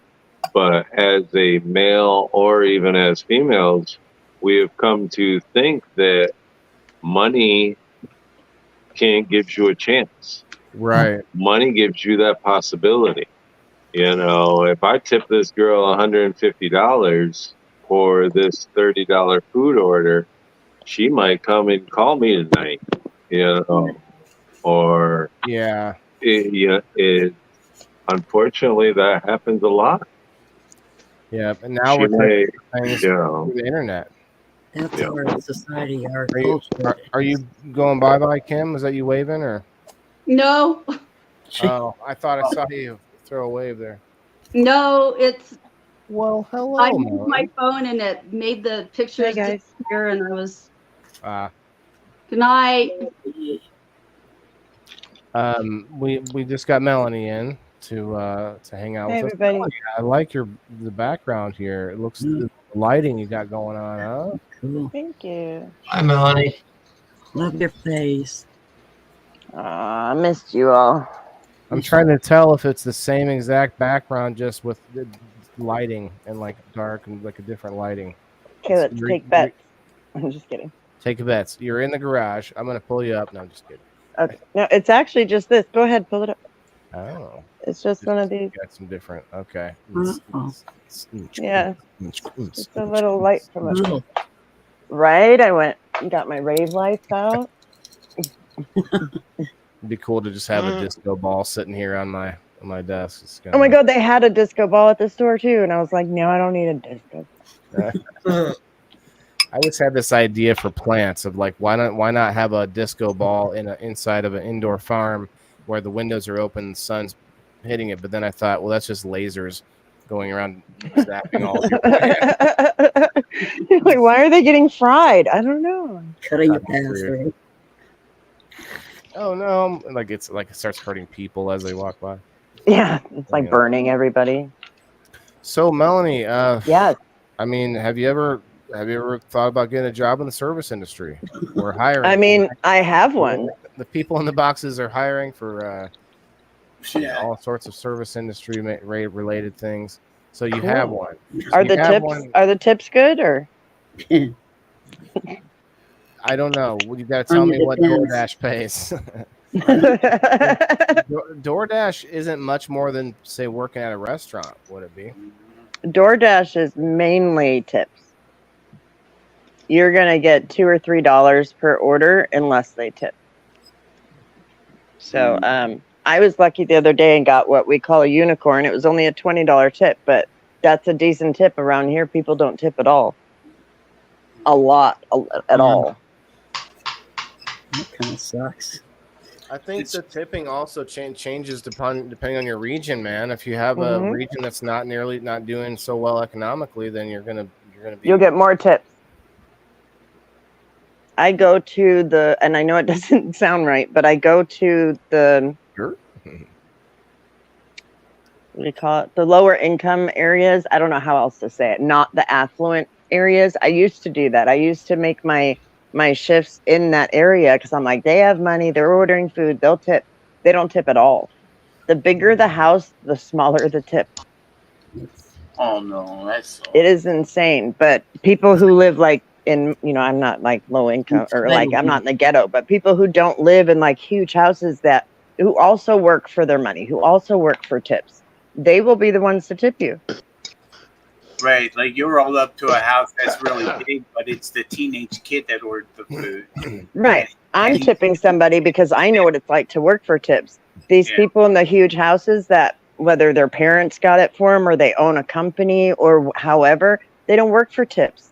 They don't know what it's like. Yeah. So entitled. Mm-hmm. Yeah, teenagers will blow off the tip completely. It seems a lot. I think we just haven't taught teenagers about it. My son will tip 100%. I got to teach him not to do that. He will literally be like, here's $20. Thanks for making my mom a coffee. And I'm like, no, No, let's not do that. That's Luke's. All of my $20 are gone. Right, but my son has autism, and he just knows that you're tipping well. So, Right. Yeah, but That's very well. but I think we do need to teach our kids to tip too. Well, Jason just brought up the how the females seem to get tips more or get a higher amount of tips, and that's pretty. It's kind of Part obvious. it is like the nurturing, vibe. See, with DoorDash, I don't feel that. That's what I was going to ask. That's what I was going to get into. Is like, even with an area like you're talking about, where like the tips are so different on the economic scale, but then it could also depend on if you're, some people. People push the edge to get tips. Like I worked in a automotive store. People would push it. People would lie to their customers. Like, "Man, if you don't get this repair, people will push the edge. So I don't know, cutthroat on the tips, right? People like to be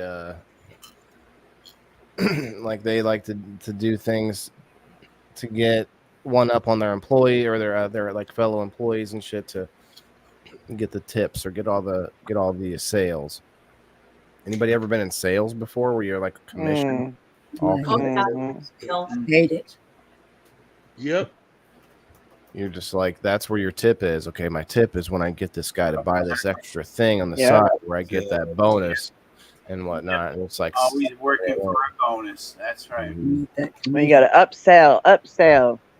I want to point out that you from what Melanie said about the tipping in California, I hate to say it, and I'm not trying to get deep into the P word, but there are statistics showing that one side, generally one side of the political spectrum is more generous, more tipping, more giving to charity and things like that. And then, and I think you might still see that lined up as far as the areas of the country too. When you talk about California being the rich people, being in Cali being less likely to tip, they're also less likely to be good people. Well, sorry. And I don't know. And most of us are all pretty neutral in the middle, kind of the silent majority, But you do see this. You tend to see that generosity scale a little bit skewed as far as politics goes. Because one side thinks more of the collective, one side thinks more of the individual. So, and it's not necessarily good and bad as far as that goes. The collective side thinks, well, we should all pay taxes, we should all help each other, right? And we should make everyone do it too. The other side is like, we should let everyone do their own thing, and they will be free to be generous and to do things. Because I don't know about you, I don't like when someone forces me to pay the taxes, but if I'm allowed to tip and I have the extra money, then I probably would. You might assume that people would be greedy if they were just not forced to pay taxes, and then our roads would just never get fixed. I don't know. You never know. That's why we like to have the experiment of several states. You might say 50 of them. What we at 52 now? We're just going to use 50 though. You're muted. Depends on how many you count. What ones you count as states and what ones are provinces. 53. I mean, what's the difference? I mean, what's the difference between a state and a province? I mean, we're talking about the United States. Province, and because they treat the provinces like shit. Yeah, they do get different rules. Now, hold on, Val. Puerto Rico has different tax laws, which actually can be exploited in some ways to make money for rich people or people. I'm sorry, but oh fuck, how would that Puerto Rico hurricane, no help from the That US. is a yes. That is It's definitely us. That horrible. they didn't do anything for that. I'm just saying Still that rebuilding. because of the different Rebuilding laws. from Is now what I'm on. saying. Yeah. No, I agree. That's still probably terrible down there right now. Well, I lived on Guam, and they treat those citizens like shit too. But weed is legal, so yay. Well, technically, they're not states; they're territories. So Right. I don't They're know a what territory of the United States. They're not states. There are 50 states, people.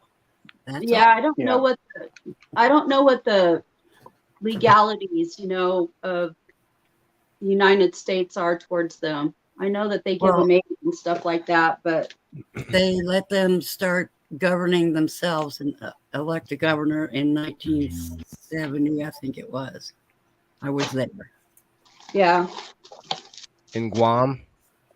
Mhm. Is Guam in Puerto Rico? I don't know where it is. Guam's Guam. Guam right? is over in the Guam is- Pacific Island, over by Hawaii. and all that. By the Hold on. One person's telling me where it is. Kim, go ahead. Marianas Trench, near the They're Marianas Trench. over in the South Pacific Islands, over where we fought World War II in the South Pacific. Okay. That Well, area. it's near there. But there's a lot of ocean in between. Don't we have one more territory? We have Puerto Rico, we have Guam, we have There are islands. there's several territories we have too. Midway. More what's the one- islands. What's the one with the with the prisoners of war on it? What's that spot? Midway. It's, in Cuba. Guantanamo Bay. Yeah. Guantanamo, yeah. That's Cuba. Yeah, but don't it's we, don't we US own that territory. spot? Yeah. Mm-hmm. Just that one, apparently. I think the Caribbean island, some of the Caribbean islands are Yeah, some territories small too, aren't islands. they? Well, Guam Maybe. is only 35 miles long and like 15 or 8 to 15 miles wide, and it's not. I didn't know that. What's your guys' opinion on why we don't add more states? I know it's Because off topic a financial little bit. burden. I don't think that. I California think it's wants to leave, political. don't they? I think it's solely political. If neither party would allow it to happen, because the state that we add could tip the balance of power, no matter which way it went. You add 2 senators, you add Congress people, you've suddenly Yeah. you suddenly got this race for each side to like woo that new state in order to get them to come over to their side. Boom. It would just be it's a tug of war forever. There's no way to. They didn't have these kind of tug of wars 50 years ago or so when they were adding some of these territories like Guam and whatnot. It's more pragmatic. It's because, you bring these people in, you have to make them American citizens, you have to rule over them. See, it's a little bit different financial than stuff. that. They took that island over. They didn't say Guamani or Chamorro people did not say, "Hey, can we be American citizens?" No, they were forced into it. Well, yeah, because it was pragmatic for the United States to take over those territories to watch what was going on and to fight the war, and they needed that territory to do that. So we're occupying that territory, basically. Right. Yeah. And to keep Have a other good night, countries Charlene. from occupying it. But I'm just I saying that in don't order have comments. Sorry. I'm sorry, I get worked up about. Go on. It's okay. I was just saying I don't have comments. Good night, Charlene. Good. This is your opportunity to tell everybody facts about Guam, so it's great. Yeah, I didn't know. I didn't know half of what you just said. And Kim, man, she knows a lot about this stuff. Sure. I lived there 2 different times. The first time I was 9 when we got there. My little brother was born there. Second time I was 16 when we got there, and my son was born there. Oh, wow. When I was 17. Are they, almost 18. He was born.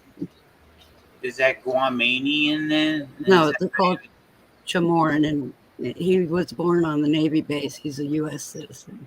Okay. He's not a Chamorro. But is that how you would say it though? If you're from Guam, that you're Guamanian? No, they do not say Guamani. I didn't think it sounded right, but I was going to let this run. I was going to ask about the Guamanian people. Chamorro people. Are they the Guamies or Guamstanian? Guamstanian. Oh, man. If anybody's really, truly from Guam, we apologize. We're not making fun of you. The Guamans. I had a girl in my That basic statement training. is not certified. Yeah, not at all. Not at all. It's Guamified. Thanks for clearing that up quick. Guam is good. And I have a picture somewhere. I'm sorry, Steve-O. I'm sorry. their motto is Guam is good. And I have a picture of that on a bumper sticker, and on the bumper is a little plant growing. And What kind of my plant? brother was born there, my son was born there, so my mom liked to say Guam is really good. Oh, Joe has a good one. Guamakins. Guanakins. Look, we gotta put guacamoles in here somewhere just because it sounds right. Maybe after the food episode. It's good. It's good. More coconuts and avocados. Too far. All right. Guacamole. I don't know, but if I moved there, I'd be Guam solo. So do the people from Oh God. Guam, do they go by their the name of their tribal people, or what do they go by? Chamoran. Chammoran. That's the name of their tribe, I guess. Yeah, tribal. They go by the tribal. Yeah, for the whole island. Okay. How long did you live there, Val? There are villages too that separate it. Yeah. 5 years total. She's there right now. Here I am. I wish, man. What I would, yeah. Speaking I of didn't realize it was so small. The first time I lived there, I can't remember if I was 9 or 10. Anyway, we had a typhoon. I think I talked about that before. And it really devastated the island, destroyed the capital. And that was in, I don't know, it was in the way back, 69, Really? not 69. Oh, really? Wow. 62 or 3. My brother was born in 63. That's how I keep that in mind. I know Have we touched up at all on gratuity in other countries? I saw it on the list. On They the ain't coconuts there. Here. They don't, do they? I don't think other countries tip. That's what I was going to say earlier. There are countries that they do not allow it. Tipping outside. Yeah, because I think it's. Sorry, go ahead. Because it's a lot of people talk about these Americans and having to be tipped and stuff. Other countries just pay their people. Go figure. They just pay decent wages. Right. Yeah, right. Well, good idea. Relatively. Well, yeah. If you're traveling outside of the United States, find out ahead of time if tips are expected or for particular services. Other countries' cultural norms are way different than ours, and you don't want to offend anyone by leaving or not leaving a tip. Right. A tip when you shouldn't or should. Oh, goes both ways. Cab drivers, it says, and this is back to I think in America in general, 10 to 15% for Ubers or cab drivers. Like, why are they down to where's the 20% for them? Petrol. Hotel housekeepers, it says $5 a night at a swanky spot. If I have a shit room, I'm not paying it. But if we have even I've stayed at shitty places, and if it's clean, we'll still leave them $5. Like, they're still doing their work. What about tattoo artists? This says 15 to 20%. I tip mine. Yeah, I tip my my same one has worked for a place and then worked for himself. I didn't tip him when he worked for himself because all that was his, his fee. When he worked for someone else, I know he didn't get all the money, and the tattoo took longer than what he quoted, so he definitely didn't get all the money. So I tipped him $150. Right. This says 15 to 20% for manicurists as well, and for hairstylists and barbers, 15 to 20%. That's pretty standard. Okay. I had to push back from myself a little bit here because I'm pretty sure nowadays when you use that little the thing that a lot of them have that hooks up to their phone or whatever, and you swipe right there, like at events, or a barbershop might have it or something for like a specific hairstylist that's like her own thing at the chair. A lot of times they do that. And when they print that receipt off, I think there's a spot where it says tip, or where if it's on their phone and you have to sign there, a lot of times it'll leave a spot for a tip there too. Mm-hmm. And that's pretty much all the new apps and the new way that receipts are printed from everywhere. DoorDash. Sorry, go ahead. I was just saying, I know that that's new as well. Like, it wasn't a thing that you got on your taxi receipt, but now Right. I bet your Uber driver is using that app that shows that has the tip already set up, and it says it's set ready for 20% ready, or like, I get it. I would use it too. Go ahead, Melanie. The frustrating part with non-tippers and DoorDash is if any of you have ever ordered food from DoorDash, you know it automatically puts a 20% tip on there. You have to go and custom take that tip off to make it no tip. And then after your food's dropped off, it asks you, would you like to add a tip? So that's twice that you have to say no to be a non-tipper. Mm-hmm. And it's like, it gets frustrating because it's not like you're saying where they add that on there like, hey, there's a tip. These people are literally like, no, not even a penny, and it's like, fuck. But I've had people look at me and go, well, it's not like you're the waitress bringing me my food. No, I'm the one driving it to your fucking house. Like, I think that's a little more than taking the kitchen to the table. But yeah, you could explain it to me like, I drove a 3,000-pound machine, right. 65 miles an hour for 15 minutes. I risked my life for your food. 18-wheelers passed. I saw dodge some cars on the way. Just go through the whole list. There was a deer. It is dark outside. Hey, that's happened. Anyway. I mean, yeah, I saw a deer the other night driving home with my son. I was like, oh shit. Yeah. There's deer in my neighborhood. Now, what do you guys think about stuff like fast food restaurants? You might tip, you might not, but would you go back if they mess up your order at a drive-through? How many of you turn around? Like, if they do it continually, if I can't eat it, I'll turn around. Yeah. I don't eat red meat or pork. So if there's bacon on it or something like that, I have to turn around or I'm not eating. Yeah. I know that wasn't topic related. I just thought of it. I was like, I wonder how many people actually do. Or it used to be a thing that you could call and say, hey, I had this messed up, and they'd put you on a list or whatever. A lot of places. You can still do that, like Denny's and stuff. I've done it with them because they've put bacon on it or whatever, and then they just go, okay, next time you come in, we have your name written down or whatever.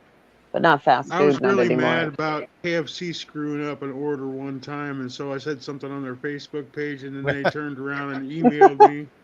Oh, wow. Sent me a voucher for like twice the amount of food that I bought. Oh, snap. See, when we were younger, that's how it worked. We wrote companies. We told them this was when my son was small and I had diapers. Honestly, they were like, the sizing of the diapers are fucking wrong, you guys. What it says and what they are is like wrong. So I had an issue and I called them. I was like, I have 3 huge cases, blah, blah, blah. And my son was a preemie and they were still too small on him. And it didn't make sense because they're supposed to fit bigger. Anyway, so we went into and they sent me coupons for 4 free cases of them. They don't do that anymore. Yeah. They don't give a shit anymore. That was 20 years ago. If you complained about something, they tried to make it right. Yeah, right. They cared. Yeah. Customer service has taken a big dip. Yeah, because they wanted to keep you as a customer. Now they don't give a shit. Yeah, now, yeah. You'll be replaced. Yeah, I think that we tip when we feel like we had good service. I don't think you should be like put in your face. Oh shit! I should have been rocking my new Grow Fam hat. Well, that's what tipping is. Tipping is to say thank you for doing a good job. If someone does a shitty job, I'm not going to give you extra money. Mm-hmm. I mean, that's reinforcing that behavior. Yeah. Right. Yeah. On my DoorDash, we if you want to put it on your card, you have to add it first, and then they could take an hour and a half to get there, but you can't get rid of the tip if you wanted to anyway. And I don't see an opportunity to add to the tip because I've tried to do that to someone. You should be able to after the delivery. That sucked. I got $20 added the other day. That would suck if they weren't able to do that. Yeah, this one lady came in and sat the pizza down on the table for me one day, and she was really nice. And I was just like, "Oh, I'll just give her, a few extra bucks." and I could not find a way to do that in any way, shape, or form. Also, just to throw it out there for all the delivery people, if you're using delivery services, if you tip on the app, it is taxable. If you have $5 in cash and you are able to tip them in cash, it does help them a little more because then it's not taxed, and it's a surprise, So that's always a good thing. So if you ever run into that and you have a couple dollars, they totally appreciate it. I've had people tell me like, look under the mat, I left you something, or whatever, because they still don't want to meet you to get their fucking food. So it's like, it's nice. It's nice when people add a little something on there. We tip at like Sonic Drive-In. Yeah. Well, they come to your car, right? Follow the flower petals in here, the tips in this back bedroom. My phone's at 8%, guys, so I got to get out of here. But I love y'all. Hope everybody has a wonderful night. And if I don't see you beforehand, I'll see you all next week. So love your face. Bye, everybody. See you later. Bye. Take it easy, Jason. Bye. 8% ain't gonna cut it. Plug it in, bro. Right. Plug it in twice.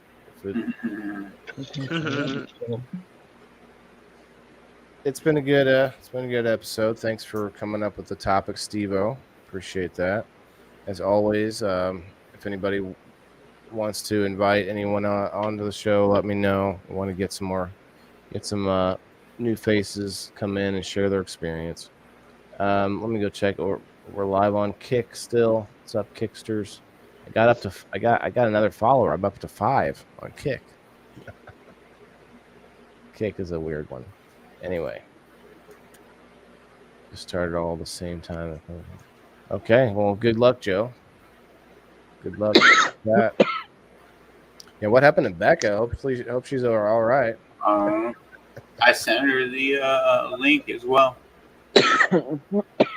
Well, cheers, everyone. I got my Lucas Seahorse X because it actually provides more heat, believe it or not, than the Dragon Egg.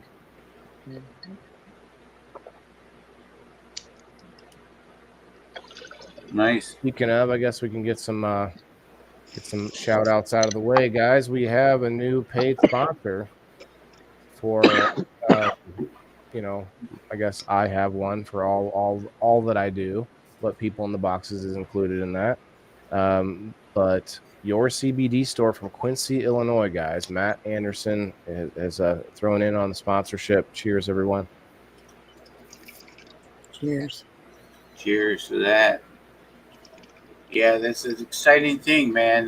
We definitely, Matt's an all-around good guy. He knows everything about his products, especially, they're lab tested. He knows a lot of info.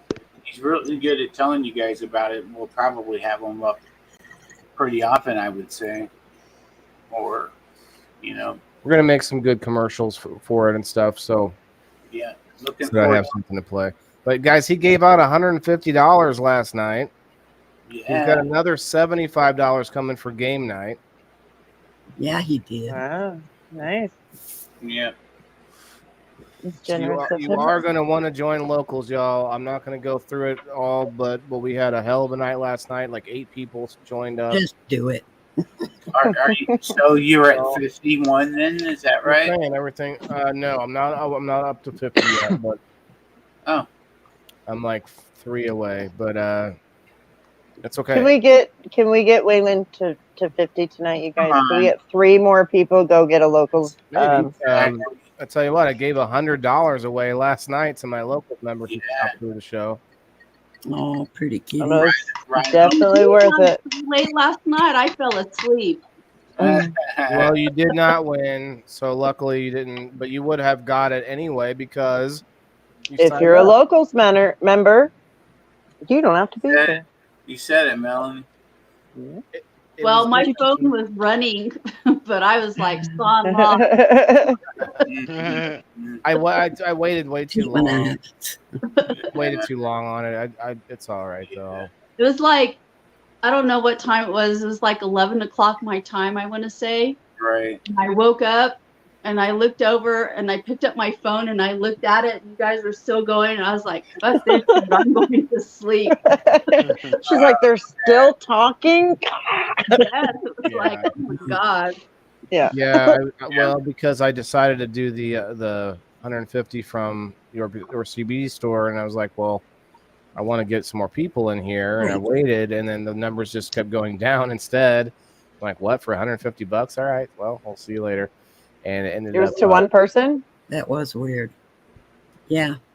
Oh, wow. That's cool. I'm not complaining. I fell asleep, and then I woke up and I was like, I was going to try to re-engage and everything. I was like, screw that. I'm tired. Well, and it's not, no, that's okay. And it's not, and like I said last night, it wasn't the people that were there in the beginning it's like, where are those? I know when I get out of here at like 11:30 midnight, there will be lives out there with 50 people in there, like on a spin wheel or whatever. And it's like, wait a minute now, like, where's everybody? But, it's okay. Everybody's got different things on their radars. Anyway, this is it, guys. I don't know who else is out here. I think everyone who's in the audience is a local member, so except for Melanie and Jimmy. And that's it. No one else is hanging out. Joe You Kelly. had to call me out like that? No, I mean, like that's literally, you got 7 people. We only got 7 people watching, and they're all already in there. I haven't been working. I can't believe you called me. He's like, except for Melanie. Melanie.'s not one. No, I'm sorry. This girl right here, the one that's telling you to join, she hasn't. Well, you participate. That's I get the participation award. Hey, court. It has helped actually when I change that. I don't know what everyone thinks, but I feel like it's cool to offer something for people that whether or not they do all this stuff or not, they just go and participate. Jimmy plays game night almost every week. I'm gonna have to.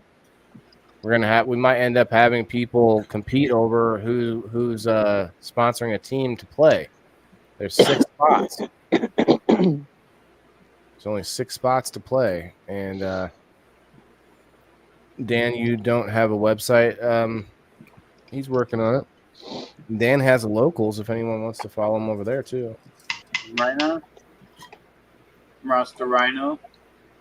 Dan, I gotta say, I watched your show the other night. It was the first time I'd ever watched your show.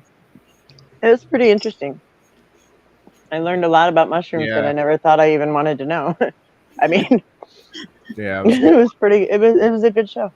Dan, can you tell us about it? No, I could tell you what Dexter's rooms looked like, and that Dan is going to be an amazing second for him. Oh, it was that one. Yeah, okay. It was one. No, it was the night after. Because I was told the night before I was watching it, it looked like Dexter's brother's room or something. But no, it must have been the night after. I saw the second extra room, and I'm like, I got Dexter vibes, huge. And I was like, oh my God. And everybody's like, yeah, that's him. Mr. Clean meets Dexter. I could totally see that. Oh my gosh. It's like where Mr. Clean is secretly like he's so good at cleaning because he kills cleaning up after Dexter. He's so good. He does so much work, he makes you tired just to watch him. Yeah. Oh yeah. That's funny. But it was interesting. I didn't know there was that many things to know about mushrooms. Huh. And then some. Yeah, you're right. Well, it's kind of, you have this vegetable that grows in dirt or in shit, right? And then you go to his house and it's like, no, you have to keep it as clean as possible. And it's just like the opposite of what we know, of what I know about fungi. You think it grows in the dirt, but Dan, I'm sorry, bro. You're muted. I just wasn't telling you. That is. I was like, Dan's being awful quiet. Heard. Hey, Timothy. Bad. Well, I'm not going to repeat everything I said. So. I know. I was like, but I want to know. It was probably like something ingenious, like idea that we all missed. You know. He was talking about how mushrooms give you gas. Mushrooms give you gas.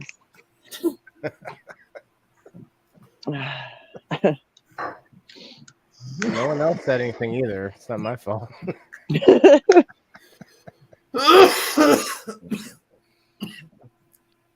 Ow. Wow, son of a bitch. Timothy, have you ever worked in any sort of service industry? Have you ever been tipped? Are you a tipper? Timothy's an awesome guy. He's in locals as well. He was in on the spin yesterday. Thanks, Timothy. Hi, Timothy. I've only worked two places. I worked as a busboy, and I got tips once in a while from the waitresses. And then I worked as a sub during a lunch hour. I worked delivering subs for a company.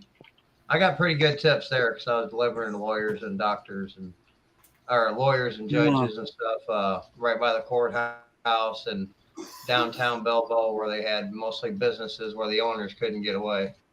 And they're all made out of ticky back in the and 90s. they all look just the same. Sorry. I thought I hit the mute. Was I on mute too?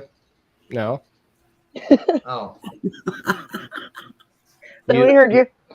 You were talking about doctors and lawyers and business executives, and they all and big tips, because that's what we're talking about this evening. Gratuity and tipping. They usually tip, man. Downtown, you go to those like lunch spots or run around.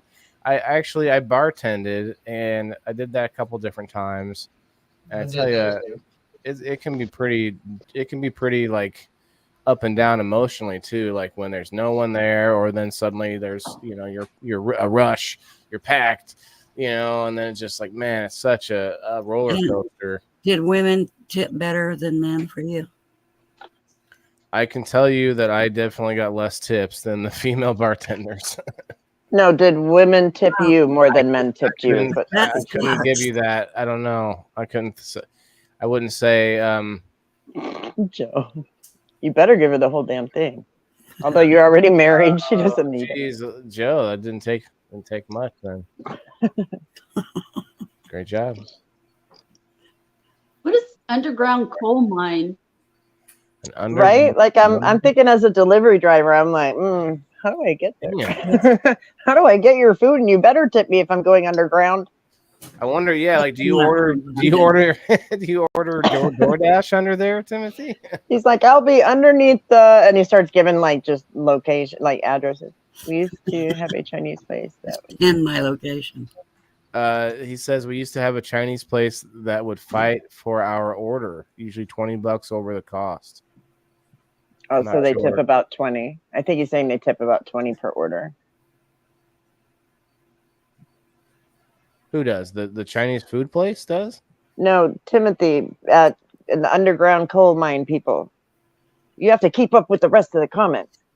No, he said he's a tipper. He works for underground coal mine, and then he said they used to have a Chinese place that would fight for their order, usually $20 over the cost. I think he's saying because they got a $20 tip.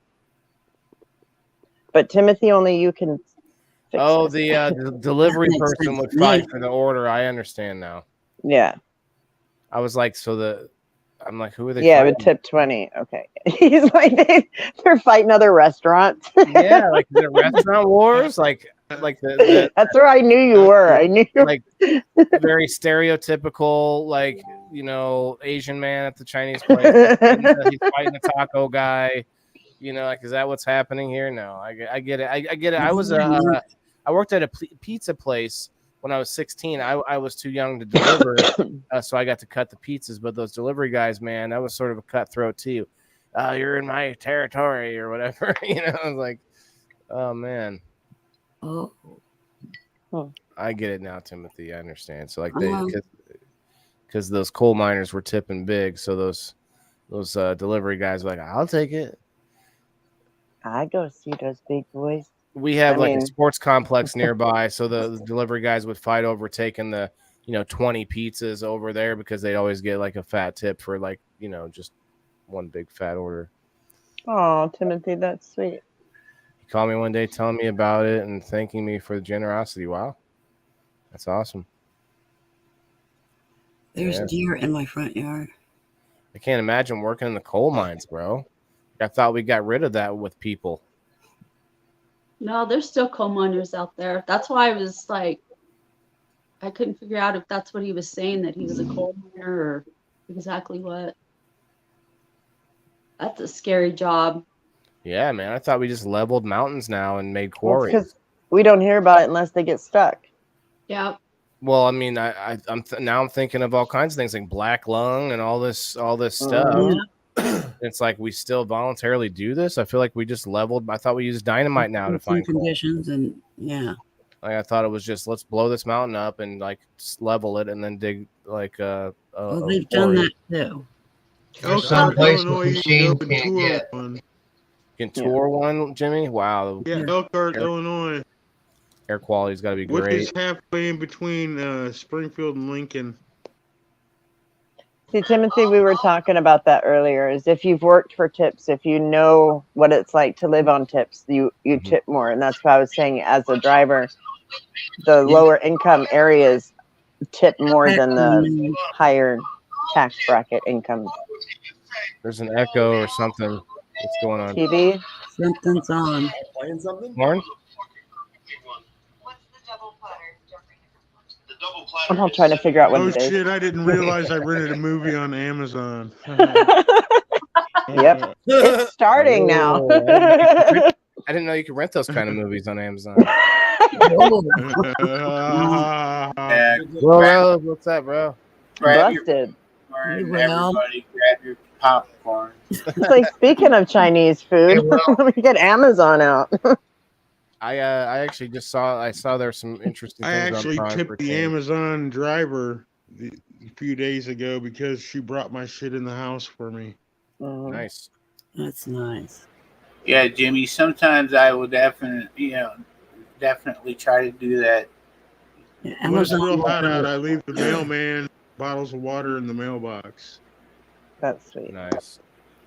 I don't know if I was a mailman, I'd be a little leery of it, you know. Yeah. I wouldn't take it. Cool. He's actually walked up when I've been out on the porch smoking bongs. Mm-hmm.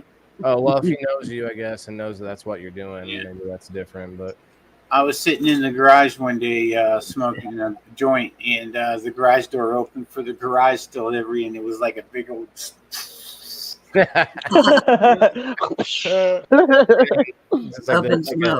like a rock star entrance. Just I've done that for deliveries, and then I feel bad because you can tell like if they're like cool or if they're irritated by it.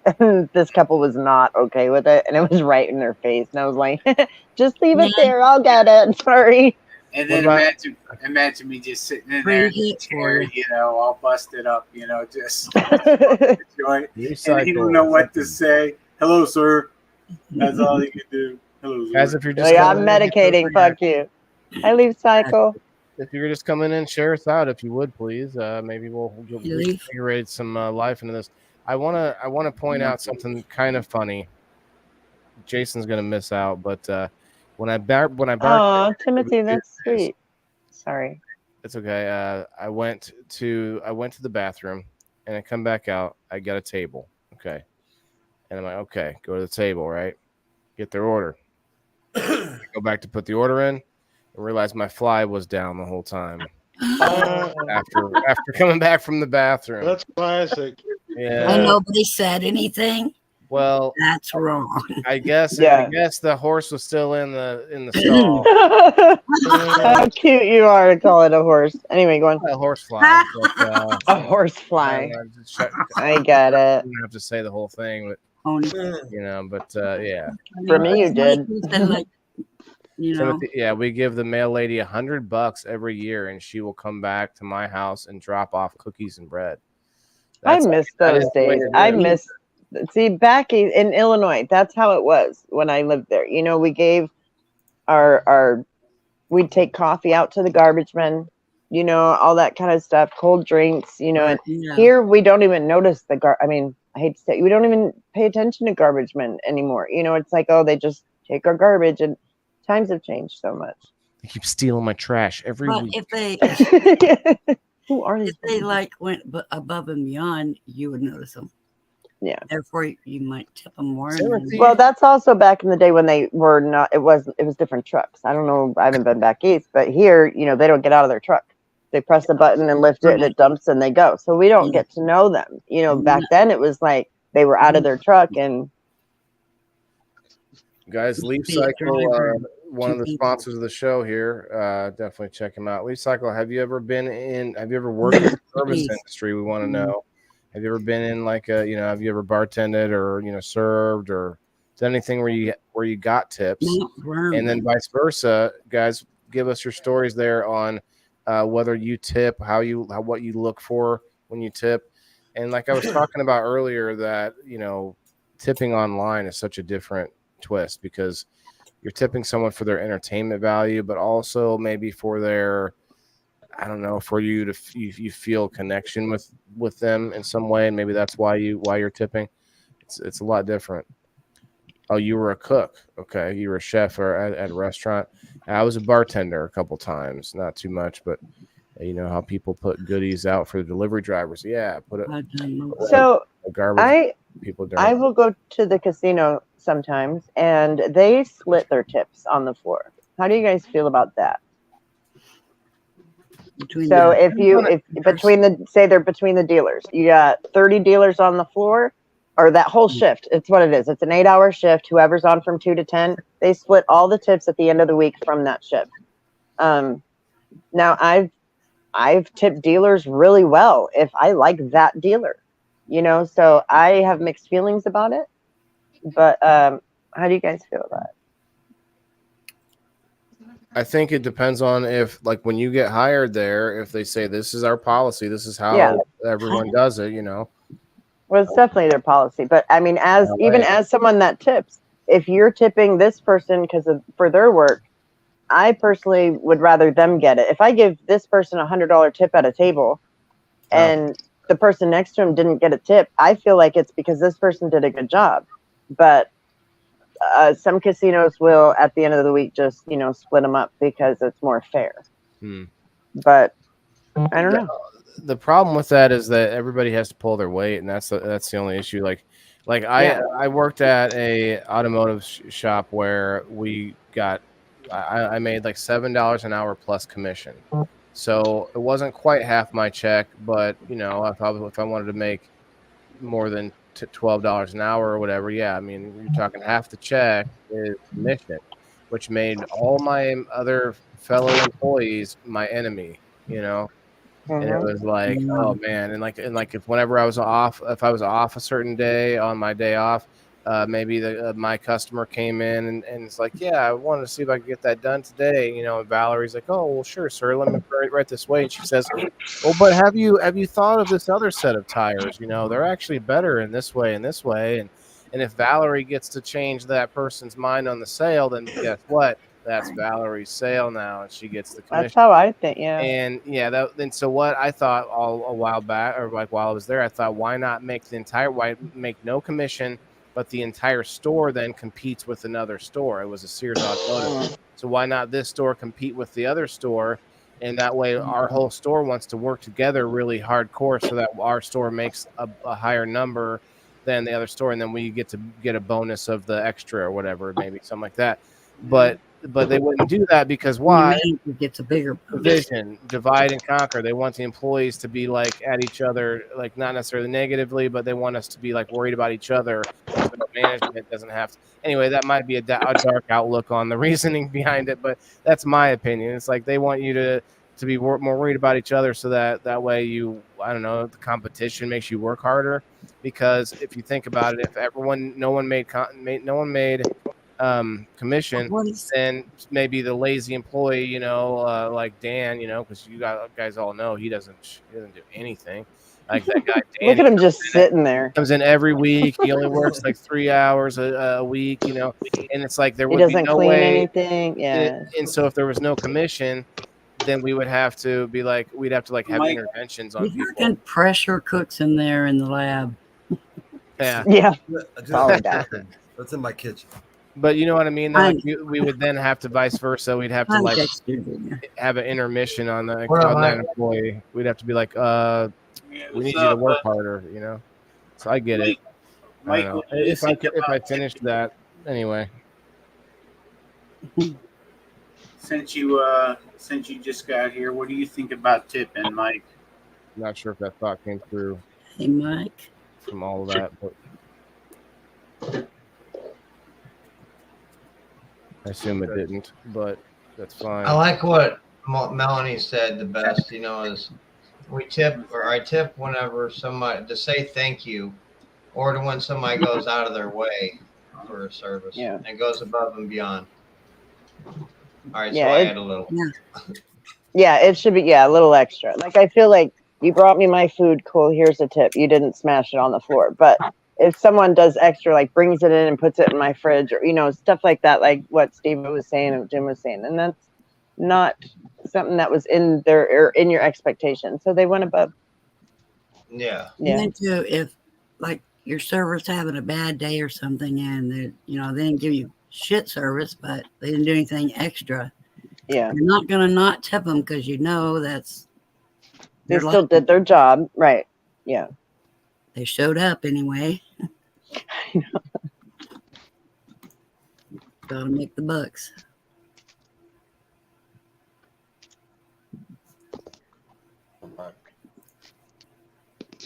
So I went to this restaurant. It's a local restaurant. I didn't go. Well, I didn't went. I called in an order, and it's a sports bar, I guess you could say. And so I called in an order, and I went in to pick it up, and I walked in, and the little host guy was standing there, and I told him I had a call in. So he brings the waitress over to bring me my order. And then she's waiting there for a tip. Oh. And I didn't feel like I needed to tip her. I don't know. I didn't tip her. I don't when I'm picking up orders. Yeah, it's kind of like, I don't know. I have a problem with that. It's just like, if she'd have brought it out to my car, right, something else, but it's like, I called it in, I walked in to get it, and you want me to tip you for walking it from like 30 feet? Wasn't even necessary in the transaction. Exactly. Right, there was already somebody else there. Yeah, it could have been replaced. So everyone gets. That's what we were saying, is everybody gets participation. You get a little bit. You get a little bit because you are doing a job of service, but you got to go above and beyond. Here's some money for doing that thing that you interviewed for, and what you're supposed to do anyway. The job for, because while they interviewed you, they told you that you will make this from this to this amount of tips in general, doing this job.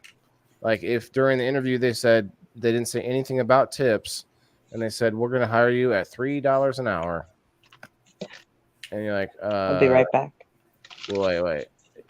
What about tips? And like, well, yeah, I mean, sure. If you want to try to get some tips, go right ahead. You can't tell me how many I'll make. Well, no, I mean, I can't tell you how much people are going to give you. They can give you a general idea, I guess, with statistics, but if they're more honest about it, I guess less people would do those jobs. Well, this is the place that I went, there's certain places here, we have about 150,000 people that live in our area. But it's a small town. Like, I don't know how to explain it. It's larger, but it's got a small town mentality. And there are certain places in this community where, servers make money, like, Red Lobster. Red Lobster is like the best restaurant in town. It's considered the fanciest restaurant in town, other than the Double Eagle. But Double Eagle. Yeah, Double Eagle is like uppity, huh? Yeah, it's real uppity. I don't know how to explain it. You have 3 forks. Yeah, I guess. I've never eaten dinner there. I've eaten lunch there. And they have good food, and they have actual chefs that prepare the food and stuff like that. Is it a steakhouse? No. Steakhouses are usually the... Go ahead. It is not, but they do serve steaks. And their steaks are really good.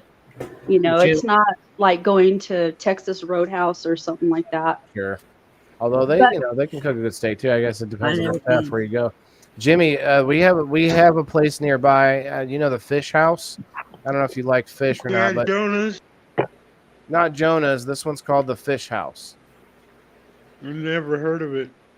The Fish House. It's near Metro Center. It's been there for a long time. It's actually Let's go sometime. well, we could, but I'm talking. It's like a date place where there's like 3 forks and 3 spoons and like fine crystal glass.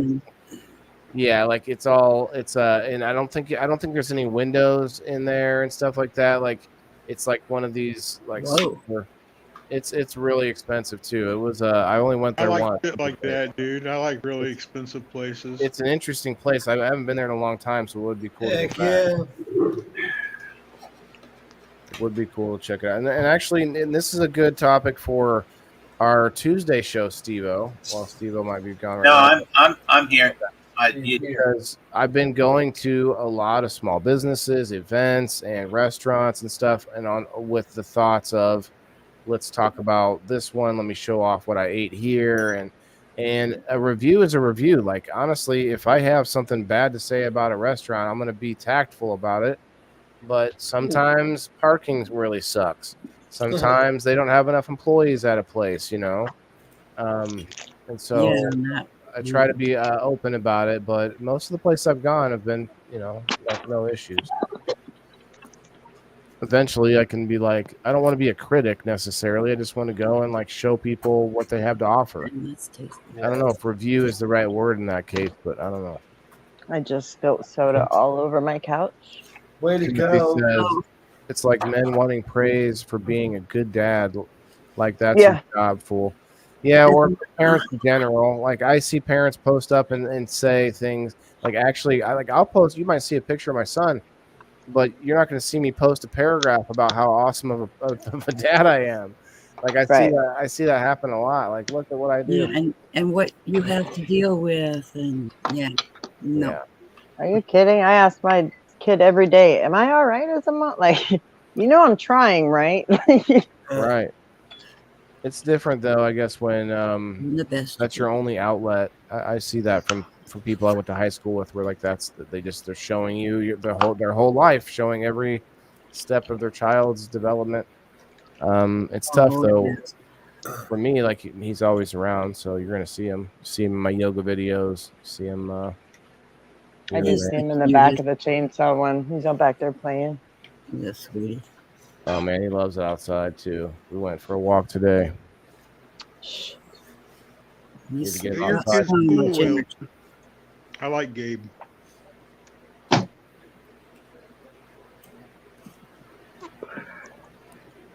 you hear me? Yeah, my son. son. Your kid's cool. Say thank you. Well, did you hear him? You just threw me off a little bit because his name is a little different than that. Yeah. But I appreciate Sometimes that. He likes just... you too, man. He likes adults. He likes chill people. Like that concert we went to, he was pretty chill. He likes to dance too. Actually, it's funny. We were at Red Robin, and piece of my granola bar fell on the leave button. That was quick. That was quick. I was surprised I was able to come right back in. I see that sometimes. Good night, Timothy. Thanks for hanging out with us. Good night, Tim. Take her easy, buddy. Bye. He said his granola landed on the leave button. That's funny. What was I saying? Oh yeah, we were sitting there and like there was music playing at Red Robin, and man, he just could not keep his butt in the chair. I was like, he wanted to pop up and dance right in the aisle. He's dancing, jumping around, and I'm like, the waitresses are coming through there, and at some point, like I was like, no one's in here, so I made him. I said, well, I make him use his words, and I don't tell him what to say because he'll just repeat whatever it is I tell him to say. So I say, so he asked me politely if he could get it. He's like, I want to dance, Dad. And I was like, that sounds... Oh, no. That's awesome. It's with him. Can I Yeah. I just want to dance. Yeah, that's what I thought. I was like, the music in me. I feel like Yeah. a whole movie scene there. I was Absolutely. Like, the montage happens. I feel like 10 we years all later, just saw that happen. Yeah, like I just want to dance, Dad. How old is he, Waylon? He's 8. He's 8. Oh, that's a cute age. That's so sweet. I tell you what, though, I want to dance too. I'm waiting for the dance company. We showed off Steve-O. Waiting for them to hit me up. I might just hit them up. It was like Vertical or it was something like that. Dance studio. They're talking about putting me in the Nutcracker. Could be interesting. What is happening right now? What? So on my review show, I went to this event. Not like where that. I know. I'm like, what? The fucking ball breaker. The ball breaker. You got a visual there. What? There was a dance studio at this event, and they had a booth, and they were trying to give away a free like a whole class, whatever amount of class. And I signed up for that, and then I was telling them the social media angle, and they both they were listening, they were interested, and I left, and I was walking back by, and they had me come over, and they're like, "Yeah, we got something for you," and they're like, "We want you to be in the Nutcracker." We're like, "What?" I was like, "No." And so immediately I'm thinking, would I have like lines? Like, would I have to like sing? Do I have to? Yeah. No, it's a interpretive dance where they do the Nutcracker, where you literally dance the whole thing. Tell me you get to wear like tights and a tutu, and I'm fucking there, bro. I'm there. I don't mind. I don't mind. I love it. It might be tap or jazz or You something. say So interpretive dance, it makes me think of naked people going. Yeah, with feathers that have lots of like fans in my hands. That's jazz hands. You need one of those things that Will Ferrell uses in Old School. Oh, the streamers. Yeah, the streamers. Oh, when he goes around.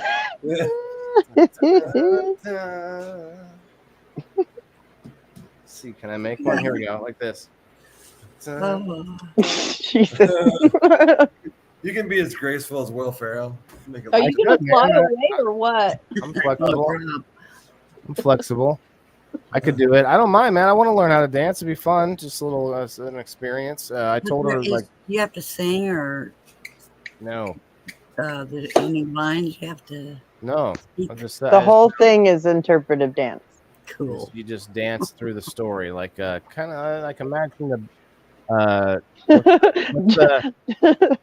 says, Jim, I think that's porn you were talking about. No, I was thinking about they were called the Something Light Players, and they were at Woodstock. You know, naked dancers, man. You know, where they move and you interpret what they're doing. Yeah, that's porn. What's that old the record that's all audio about the boy who they live in the woods and there's like a different sound for different, like for the wolf and for it's not the boy who cried wolf, it's the story of like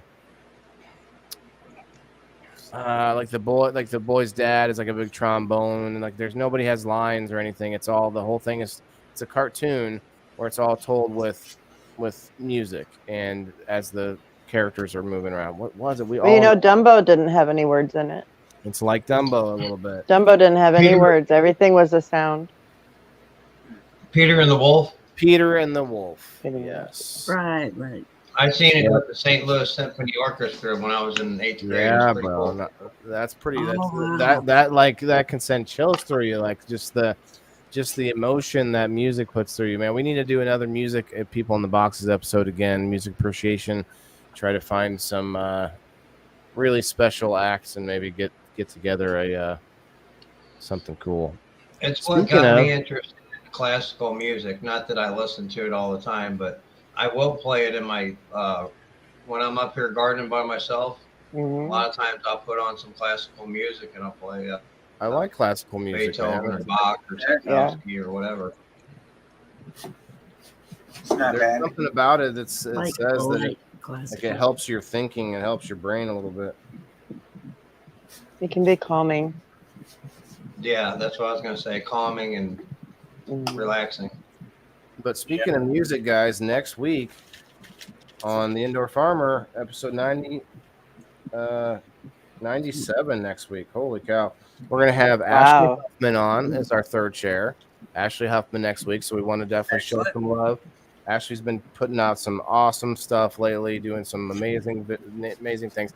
I want those Q melons or water cumbers or whatever it's called. QQ melons. Yeah, man. The way she said they burst in your mouth, I just thought that would be fun. Burst in your mouth. Yeah. Yeah, She said I want that too. She said her son Waylon is the only one that liked him too. It's funny. That's funny. But the musician intermission is going to be very special, guys. I'm not gonna give it away, but his name is Barry Clyde, or I'm sorry, Cloyd. Have you heard of this guy, Jimmy? Yeah, he's a local dude, isn't he? Yeah. Yeah, I've heard of him. I don't want to say I've heard him, but I know who he is. That's okay. But yeah, we got Barry Cloyd coming up, Ashley Huffman, and game night. We're going to be doing another test run. It's going to be this week. We're going to be playing around with map number 2, which is the leaf cycle map. We'll call it. Hell yeah! Is that the one we played last weekend? No. Last weekend we played map number 1, which is basically the Great River Mushrooms map. He sort of holds that one down. We got Cannabis Corner in there too, but that's mostly a bunch of socials and you smoke block. But we got those two. So all we're gonna do is like a trial run, and then the Sunday after next, we're starting live with the new map. Should I show them, Steve-O? Should I show them? So I've missed a couple weeks. I don't know what these maps are at all. How many people do we have in here? 20? I missed last week. Got 7 people over in the Rumble. What's up, Rumblers? Appreciate you guys. 9 I'm people. pretty sure I slept through it. Maybe I'll show them for just a second. Fibro flare. What? We were just talking about why we weren't here. Maybe I should show them for just a second.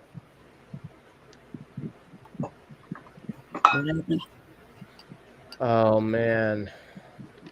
Wait, that's not it.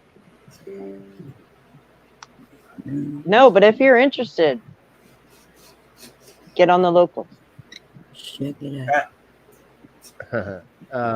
You're actually gonna want to, because I've decided to change things up as well. I'm planning to if you I got a message from okay.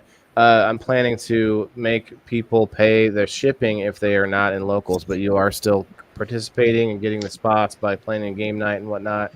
If you are a locals member, you won't pay shipping. We'll use our locals money for the shipping. Trying to find a window here. Oh, there it is. It's pretty reasonable. Everybody's cool with it. It's only fair. I've always felt if it's something you pay to get in, you don't pay shipping. If it's free, you pay shipping. Here we go. Well, I'm going to show you guys for just a second, okay? Otherwise, Colin Smith, what's up, brother? Speaking of locals members. Hi, Colin. Here we go. 3, 2, 1. Oh yeah. Nice. I'm supposed to figure this out by just looking at it for a second. Okay, Wow, got it. looking. Did Grassroots make that? Of course. You're supposed to figure it out by coming Sunday. Yeah, well, I was sleeping and someone should have woke me up. I can't help it.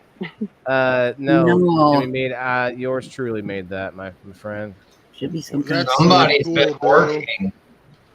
Waylon worked on that himself. But I want to point out there's a nice fat green space open up for somebody, some face or some logo or something. There's plenty of empty spaces still open as far as the squares that players move on, but there's that nice big open green space open right there next to Certified Ferry Ride, which is that final destination of the first map, the Certified Ferry Ride. And Steve-O, that's a yacht you got there, brother. Yeah, I noticed.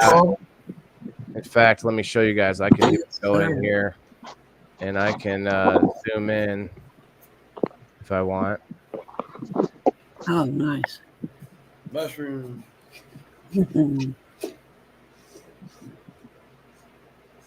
So you guys see the grill me there? The grill me on the docks. Yeah. The multicolored pot leaf is a social. So whoever hits that triggers a social. You may see the Master Rochi squares. Master Rochi, those each one of those squares is a $25 gift card for Master Rochi beard oil and other products that he makes. We've got the number 5 on here twice. I think there was a third one. Oh yeah, Dan. So we got 3 of the number 5s on here. Dan, you can decide. That's up to you, man. We'll figure that out. But those are Great River mushroom squares. So if you come around here, you get a bigger chance of getting that Great River mushroom donation. And then also you have a second Grow Me down here. The Gromies, guys, the Gromies. You want to get the Gromies in order to get the Grow Fam box. See, that's how that works. The team that has the most Gromies gets the Grow Fam boxes. That's a side thing. The Gromies also trigger a Grow question that you have to answer in order to get the Gromie. Rescue them. Up here, number 2. You see that number 2 poofing out of nowhere. That's a Cannabis Corner question in order to pass through the little shortcut. Anyway, we spent some time on this. I mean, it's beautiful, right? I mean, he did it. He animated it. Every bit of it looks really good, Waylon. Good job.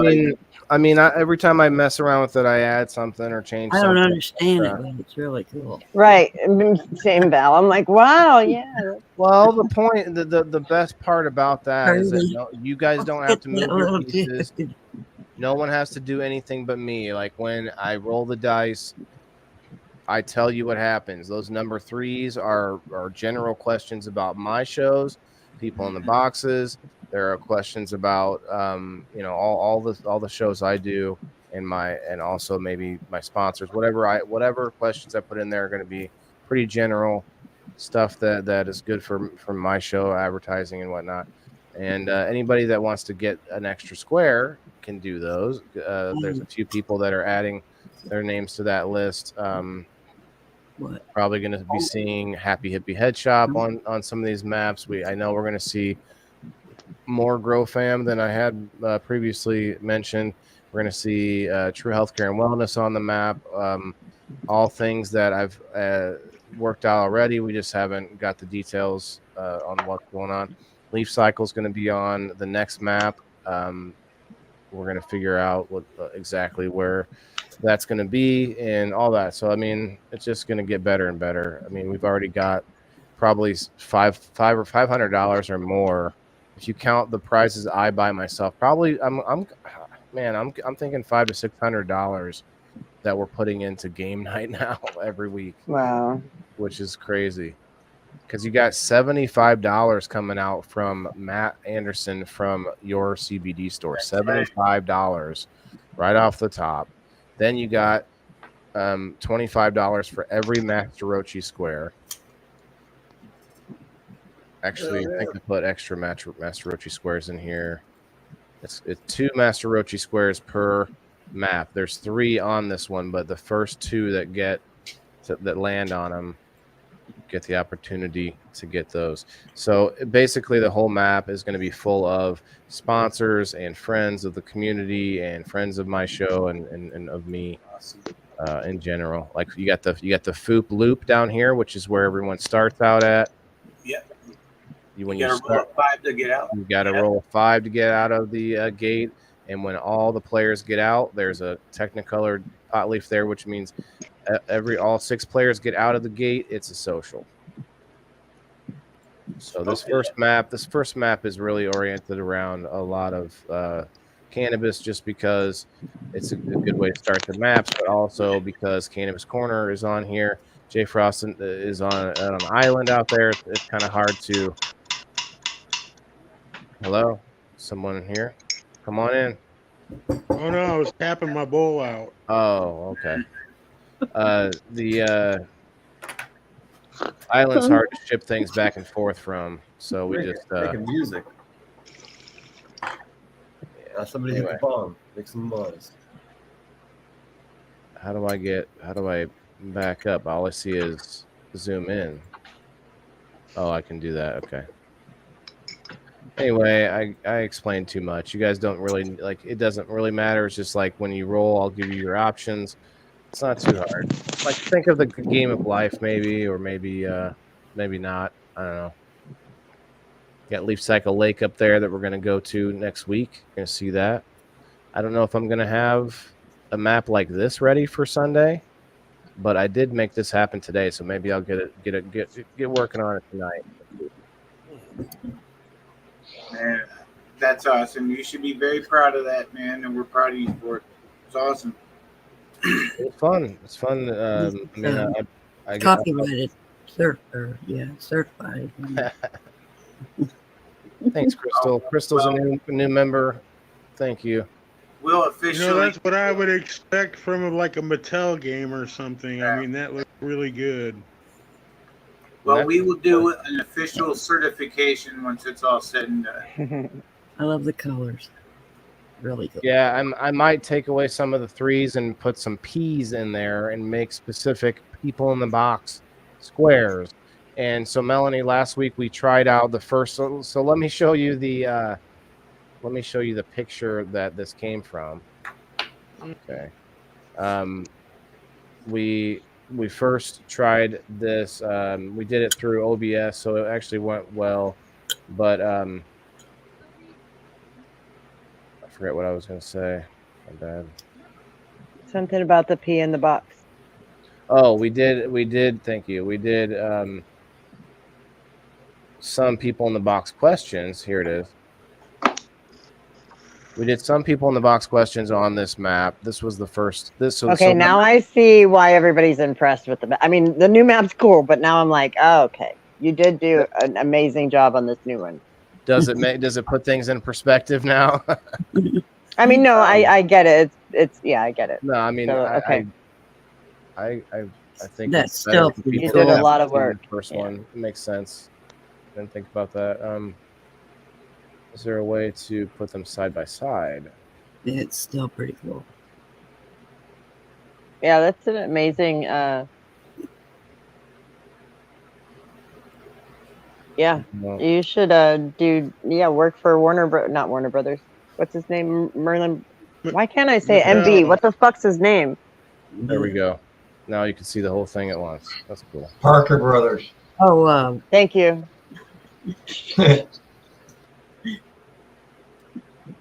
I was thinking so, I was like, who the fuck are these people? I did okay. To my credit, I took the hand-drawn one last week, and I put real logos over all the stuff, and actually made it look a lot better than what you see there.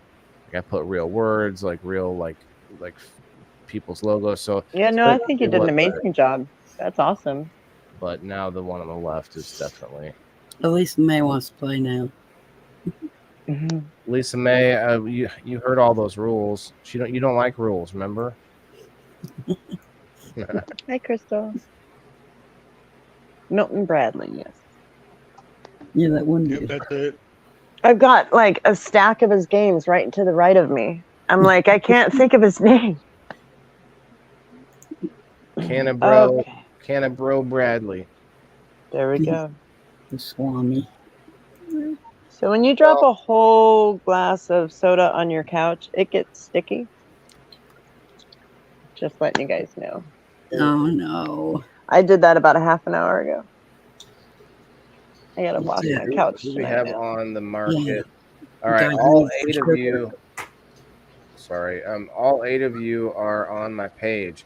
If you all could go over to the market, we can devolve into the after show if anyone's interested. Hi, Mama Rochi. Aren't you? What?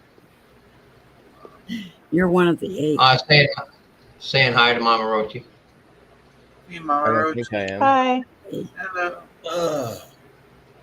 Mama Rochi, are you in? I called her Crystal. Sticky. Yeah, this whole my legs, everything, Elisa. It just I think everyone this whole cup spilled right here. Oh no. Everywhere. Oh man. Club soda. I have a carpet washer. I'll just take it to the. I'll take the carpet washer to the top of the. Oh, you couch. came. Wait, hi. Oh, she's just saying hi. I think she was on another page because she said, "Okay, I moved over here."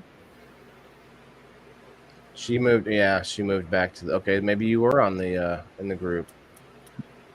I'm on your page. I see that. Yeah, 7 of you on the page, but we are going to wrap up the main show, guys, and we're gonna. I'm just gonna switch over to Maccabee's Live Market, so that way we can be done with the official show and get some bong rips in here. Good night, everybody. Yeah, good night, everybody. Thank you guys for I don't all. know if I can do any more bong rips, man. That's all right. That's okay. Bye, guys. It's free tonight, so I'm gonna get into some editing here soon.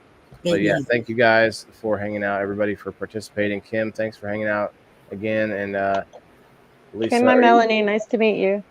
Nice to meet you, Melanie. Yep. Good night, everybody. Steve-O, Bye, guys. whether Bye. you hang out in the after show or not, you can put us to bed anyway. All right, guys. Love you. Have a good night. Hey, later, Steve-O. I'll message you tomorrow. All right. Sounds good, buddy. And don't forget, Bye, guys. Val. Good night, Bye, darling. Melanie. I'm gonna get off here too. I need to watch this movie. I guess I rented. That's right. Love you, Jimmy. Love you, Jimmy. All right, everybody, clear the air. Steve-O. Smoke weed every day. Love you.